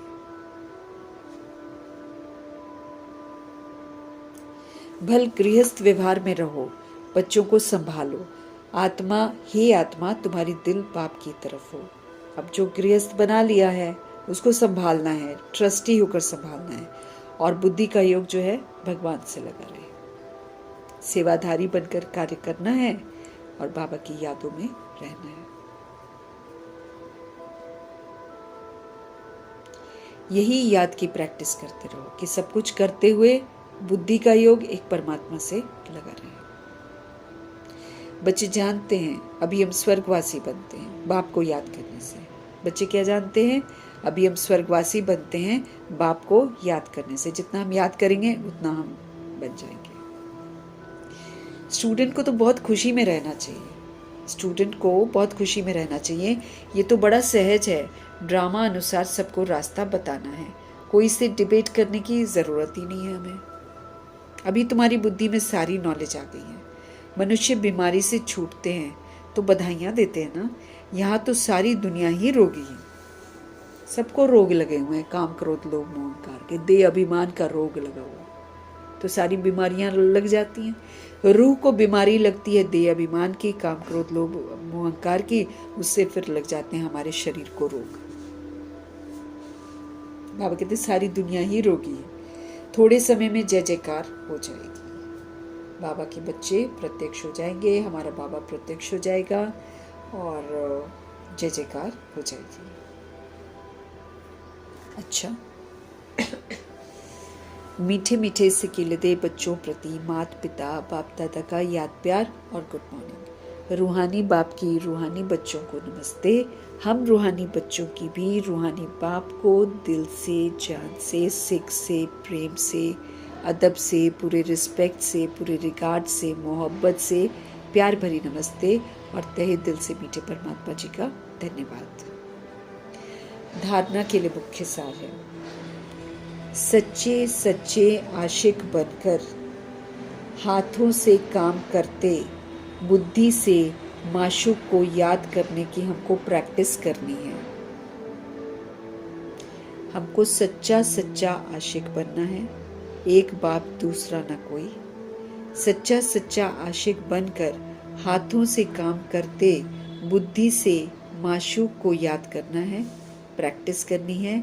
बाप की याद में, बाप की याद से हम स्वर्गवासी बन रहे हैं, इस खुशी में हमको रहना है। बाबा की याद से हम फिर से स्वर्गवासी बन रहे हैं, स्वर्ग में जाने लायक बन रहे हैं, इसी खुशी में हमको रहना है। सूर्यवंशी डिनास्टी में तख्त नशीन बनने के लिए माता पिता को पूरा पूरा फॉलो करना है। सूर्यवंशी डिनास्टी में अगर हम चाहते हैं कि तख्त नशीन बने तो हमको माता पिता को पूरा पूरा फॉलो करना है। बाप समान नॉलेजफुल बनकर सभी को रास्ता बताना है। बाप समान नॉलेजफुल बनना है और सबको रास्ता बताना है।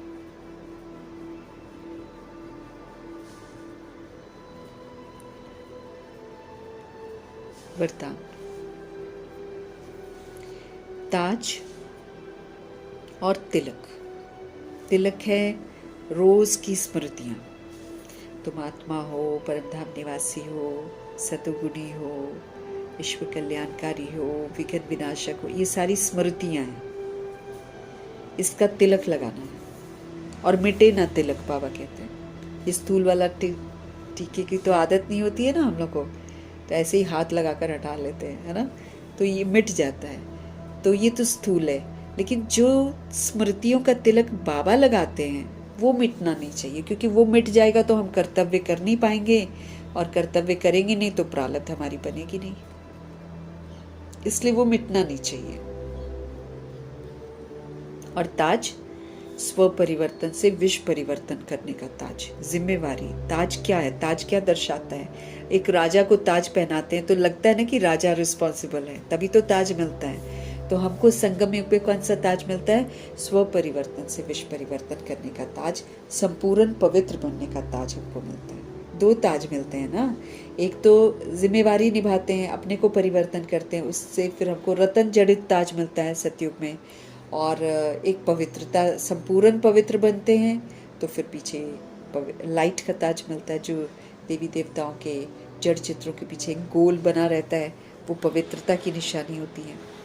तो ताज और तिलक, इसको धारण करके बाप दादा के मददगार बनने वाले दिल तख्त नशीन भव। अगर हम तिलक की स्मृतियाँ रखते हैं और पाठ बजाते हैं, ताज की जिम्मेवारी स्व परिवर्तन को पूरा करते हैं, तब हम बाप दादा के मददगार बनते हैं। जो बाबा के मददगार बनते हैं वो फिर बाबा के दिल तख्त का हक प्राप्त करते हैं, दिल तख्त नशीन बन जाते हैं।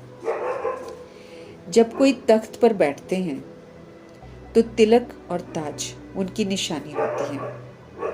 जब भी कोई तख्त पर बैठते हैं तो तिलक और ताज उनकी निशानी होती है। ऐसे जो दिल तख्त नशीन है, उनके मस्तक पर फिर सदैव अविनाशी आत्मा की स्थिति का तिलक दूर से ही चमकता हुआ नजर आता है। मस्तक पर हमेशा अवेयरनेस, हमेशा जागरूकता कि मैं अविनाशी आत्मा हूँ। फिर आत्मा के सारे स्वमान, जो बाबा ने शुभ चिंतन हमको दिया है होमवर्क में, उसमें बाबा ने क्या बोला है? अमृत वेले एक टाइटल ले लो रोज, है ना, और फिर सारा दिन 12-13 बार, जितनी बार पानी पीते हैं, जितनी बार खाना खाते हैं, जितनी बार ट्रैफिक कंट्रोल की जो ट्रैफिक कंट्रोल का म्यूज़िक बजता है, उतनी बार रुको और वही स्वमान याद करके देखो कि क्या मैं आत्मा वैसे ही पाठ बजा रही हूँ। ऐसे करके तिलक को एकदम पक्का करना है। तो मैं आत्मा कौन हूँ? अविनाशी आत्मा हूँ। तो मस्तक पर सदैव अविनाशी आत्मा की जो स्थिति है, एक जो आत्मा की स्थिति है, विघ्न विनाशक स्थिति है, त्रिकालदर्शी स्थिति है, और विश्व कल्याणकारी स्थिति है ना, विदेही स्थिति है, ये सारी स्थितियां हैं ना। तो ये सारी स्थितियां, आत्मा की स्थितियों का तिलक जो है दूर से ही चमकता हुआ नजर आए।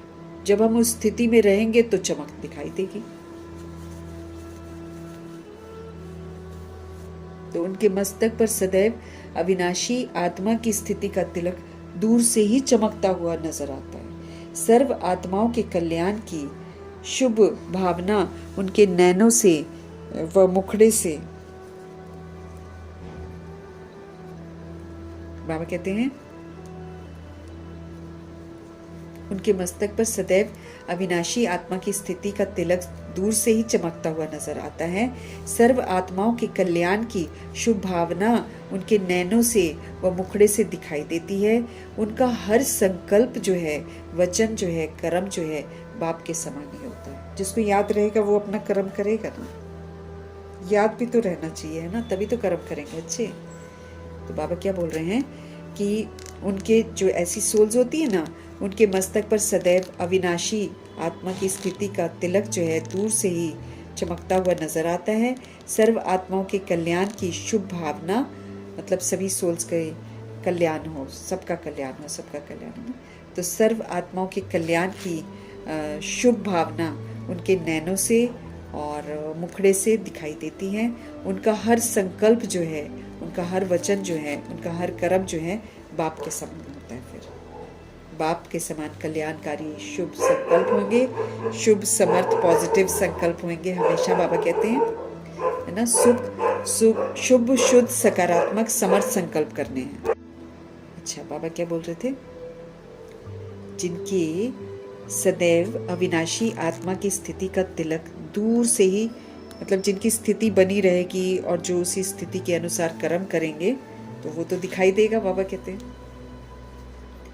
तो सर्व आत्माओं के कल्याण की शुभ भावना होती है उनके पास, वो सबके कल्याण के लिए सोचते हैं, है ना। सर्व आत्माओं के कल्याण की शुभ भावना उनके नैनों से भी दिखाई देगी, उनके मुखड़े से भी दिखाई देगी। और उनका, क्योंकि सबसे बड़ी बात है कि जो बाबा के ज्ञान में अगर हम चलते हैं, जो बाबा कहते हैं अगर वो हम करते हैं, है ना, हम सोल्स अगर सच में करते हैं तो वो दिखाई जरूर देगा, वो दिखाई देगा। हम छिप नहीं सकते हैं ना, भगवान की सच्ची पढ़ाई है ना, इसीलिए। तो बाबा कहते हैं दूर से ही चमकता हुआ नजर आता है। सभी आत्माओं के कल्याण की शुभ भावना अगर हमारे मन में है तो वो नैनों से भी दिखाई देगी, मुखड़े से भी दिखाई देगी। फिर बाबा कहते हैं ऐसी सोल्स जो है, जो ताज की जिम्मेवारी लेती हैं, जो तिलक को धारण करती हैं, उनका फिर हर थॉट जो है प्योर होगा, पॉजिटिव होगा, पावरफुल होगा, क्योंकि भगवान जी के थॉट ऐसे ही हैं, प्योर हैं, पॉजिटिव हैं, पावरफुल हैं। तो हमारे थॉट भी फिर प्योर, पॉजिटिव, पावरफुल होंगे। हमारे बाबा के वचन कैसे हैं? वरदानी वचन हैं, हमारे भी वचन फिर वरदानी होंगे। कर्म फिर बाप के समान, बाबा के कर्म कैसे हैं? कल्याणकारी हैं, बाबा सबको सुख देते हैं, तो फिर हमारा भी सारा सुखदायी कर्म होगा, बाप के समान होते हैं, बाबा कहते फिर।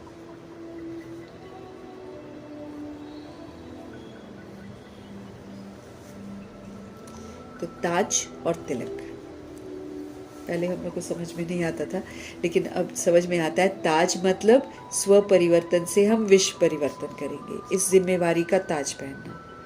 और तिलक जितने स्वमान हैं वो तिलक ही तो लगाते हैं बाबा हमारे बुद्धि में, वो तिलक है जो लगाना है, ये कभी मिटे नहीं, इसको धारण करना है। मतलब जो कहा जा रहा है वो रिस्पॉन्सिबिलिटी लेकर उसको पूरा करना है। जो ताज और तिलक को धारण करते हैं वो शिव बाबा के मददगार बनते हैं, उनको फिर बाबा अपना दिल तख्त देते हैं। तो जब कोई तख्त पर बैठते हैं, तिलक और ताज उनकी निशानी होती है। राजगद्दी पर कोई बैठता है तो सिंहासन पर बैठता है तो उसके पास तिलक भी होता है, उसके पास ताज भी होता है, ये उसकी निशानी होती है। ऐसे ही जो बाबा के दिल तख्त नशीन होते हैं, जो बाबा के कहे अनुसार चलते हैं, तो उनके मस्तक पर हमेशा अविनाशी आत्मा की स्थिति का तिलक लगा होगा, दूर से ही चमकता हुआ नजर आएगा। सर्व फिर जिम्मेवारी सभी आत्माओं के कल्याण की शुभ भावना होगी, जो उनके नैनों से, मुखड़े से दिखाई देती है। उनका हर संकल्प, वचन और कर्म बिल्कुल बाप के समान होगा, ये जिम्मेवारी का ताज है। उनके हर संकल्प, वचन और कर्म जो हैं वो बाप के समान होते हैं।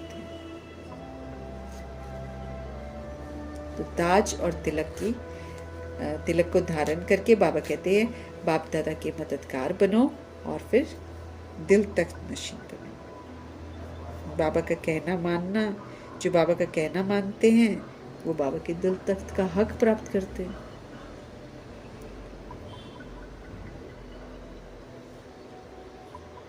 स्लोगन है सरल याद, इजी, मुश्किल नहीं, मेहनत नहीं। सरल याद के लिए क्या करेंगे? सरलता का गुण धारण करो, संस्कारों को अपने सरल बना दो। नहीं तो क्या होता है कि याद नहीं कर पाते ना, वो फिर हमको संस्कार, मेरा संस्कार अलग, किसी और का संस्कार अलग, फिर टकराते रहते हैं हम लोग, है ना। तो फिर हम बाबा को याद नहीं कर सकते हैं ना। अगर हमारे संस्कार टकराएंगे ना तो फिर हम बाबा को याद नहीं कर सकते। तो सरल याद के लिए हमको सरलता का गुण धारण करना है, संस्कारों को क्या करना है? सरल बनाना है,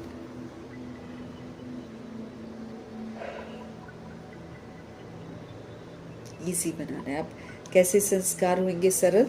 जब ईश्वरीय संस्कार हम धारण करेंगे, जैसे जैसे बाबा बोलते जा रहे हैं वैसे वैसे करेंगे तो मेरे संस्कार कैसे हो जाएंगे? सरल हो जाएंगे। तो सरलता का गुण धारण करना है। तो सबके साथ जब हम सरल होंगे, किसी के साथ टकराएंगे नहीं, तो भगवान की याद इजी हो जाएगी, मुश्किल नहीं होगा याद करना भगवान को, सरल याद हो जाएगी। हमको अव्यक्त इशारे मिल रहे हैं। निश्चय का फाउंडेशन जो है उसको बाबा कहते हैं मजबूत बनाओ, और फिर हमको कभी डर नहीं लगेगा और फिर हम निश्चिंत भी रहेंगे, डर भी नहीं लगेगा और निश्चिंत भी रहेंगे। बाबा कहते हैं ये अव्यक्त इशारे। निश्चय के फाउंडेशन को मजबूत कर, सदा निर्भय और निश्चिंत रहो। विश्वास के फाउंडेशन को मजबूत करो बाबा कहते हैं, और हमेशा कैसे बनो? निर्भय बनो। हमेशा कैसे बनो? निश्चिंत रहो। विजयी। विजयी बनने का फाउंडेशन है निश्चय, तभी जीतेंगे। अगर हमको निश्चय होगा तो, डाउट रखेंगे तो हम विजयी नहीं बनेंगे। फाउंडेशन अगर हमारा पक्का है तो फिर बिल्डिंग हिल नहीं सकती है। निश्चिंत रहते हैं फिर, लेकिन सिर्फ बाप में निश्चय नहीं, हमें अपने आप में भी निश्चय चाहिए कि कल पहले भी हम विजयी थे, अब भी हम विजयी बन रहे हैं, आगे भी हम ही विजयी बनेंगे। निश्चय तो, लेकिन सिर्फ बाप में निश्चय नहीं, अपने आप में भी निश्चय और ड्रामा में भी निश्चय। वह ड्रामा वाह। अगर ड्रामा में निश्चय होगा तो अकल्याण की बात भी कल्याण में बदल जाएगी।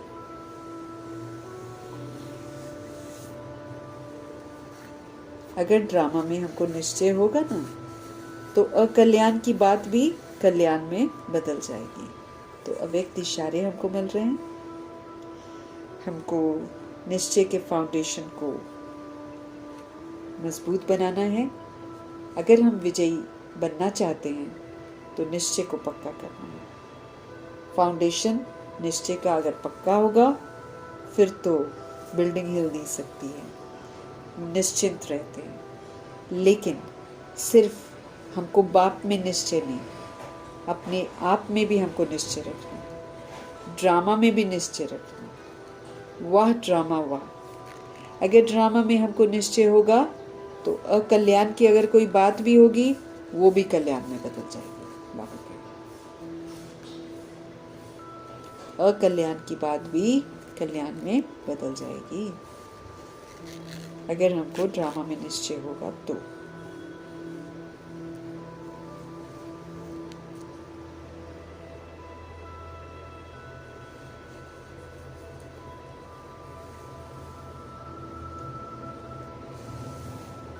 मीठे परमात्मा जी की मीठी समझाने के लिए उनका धन्यवाद करेंगे। हम आत्माओं को पढ़ा रहे हैं, धन्यवाद करेंगे।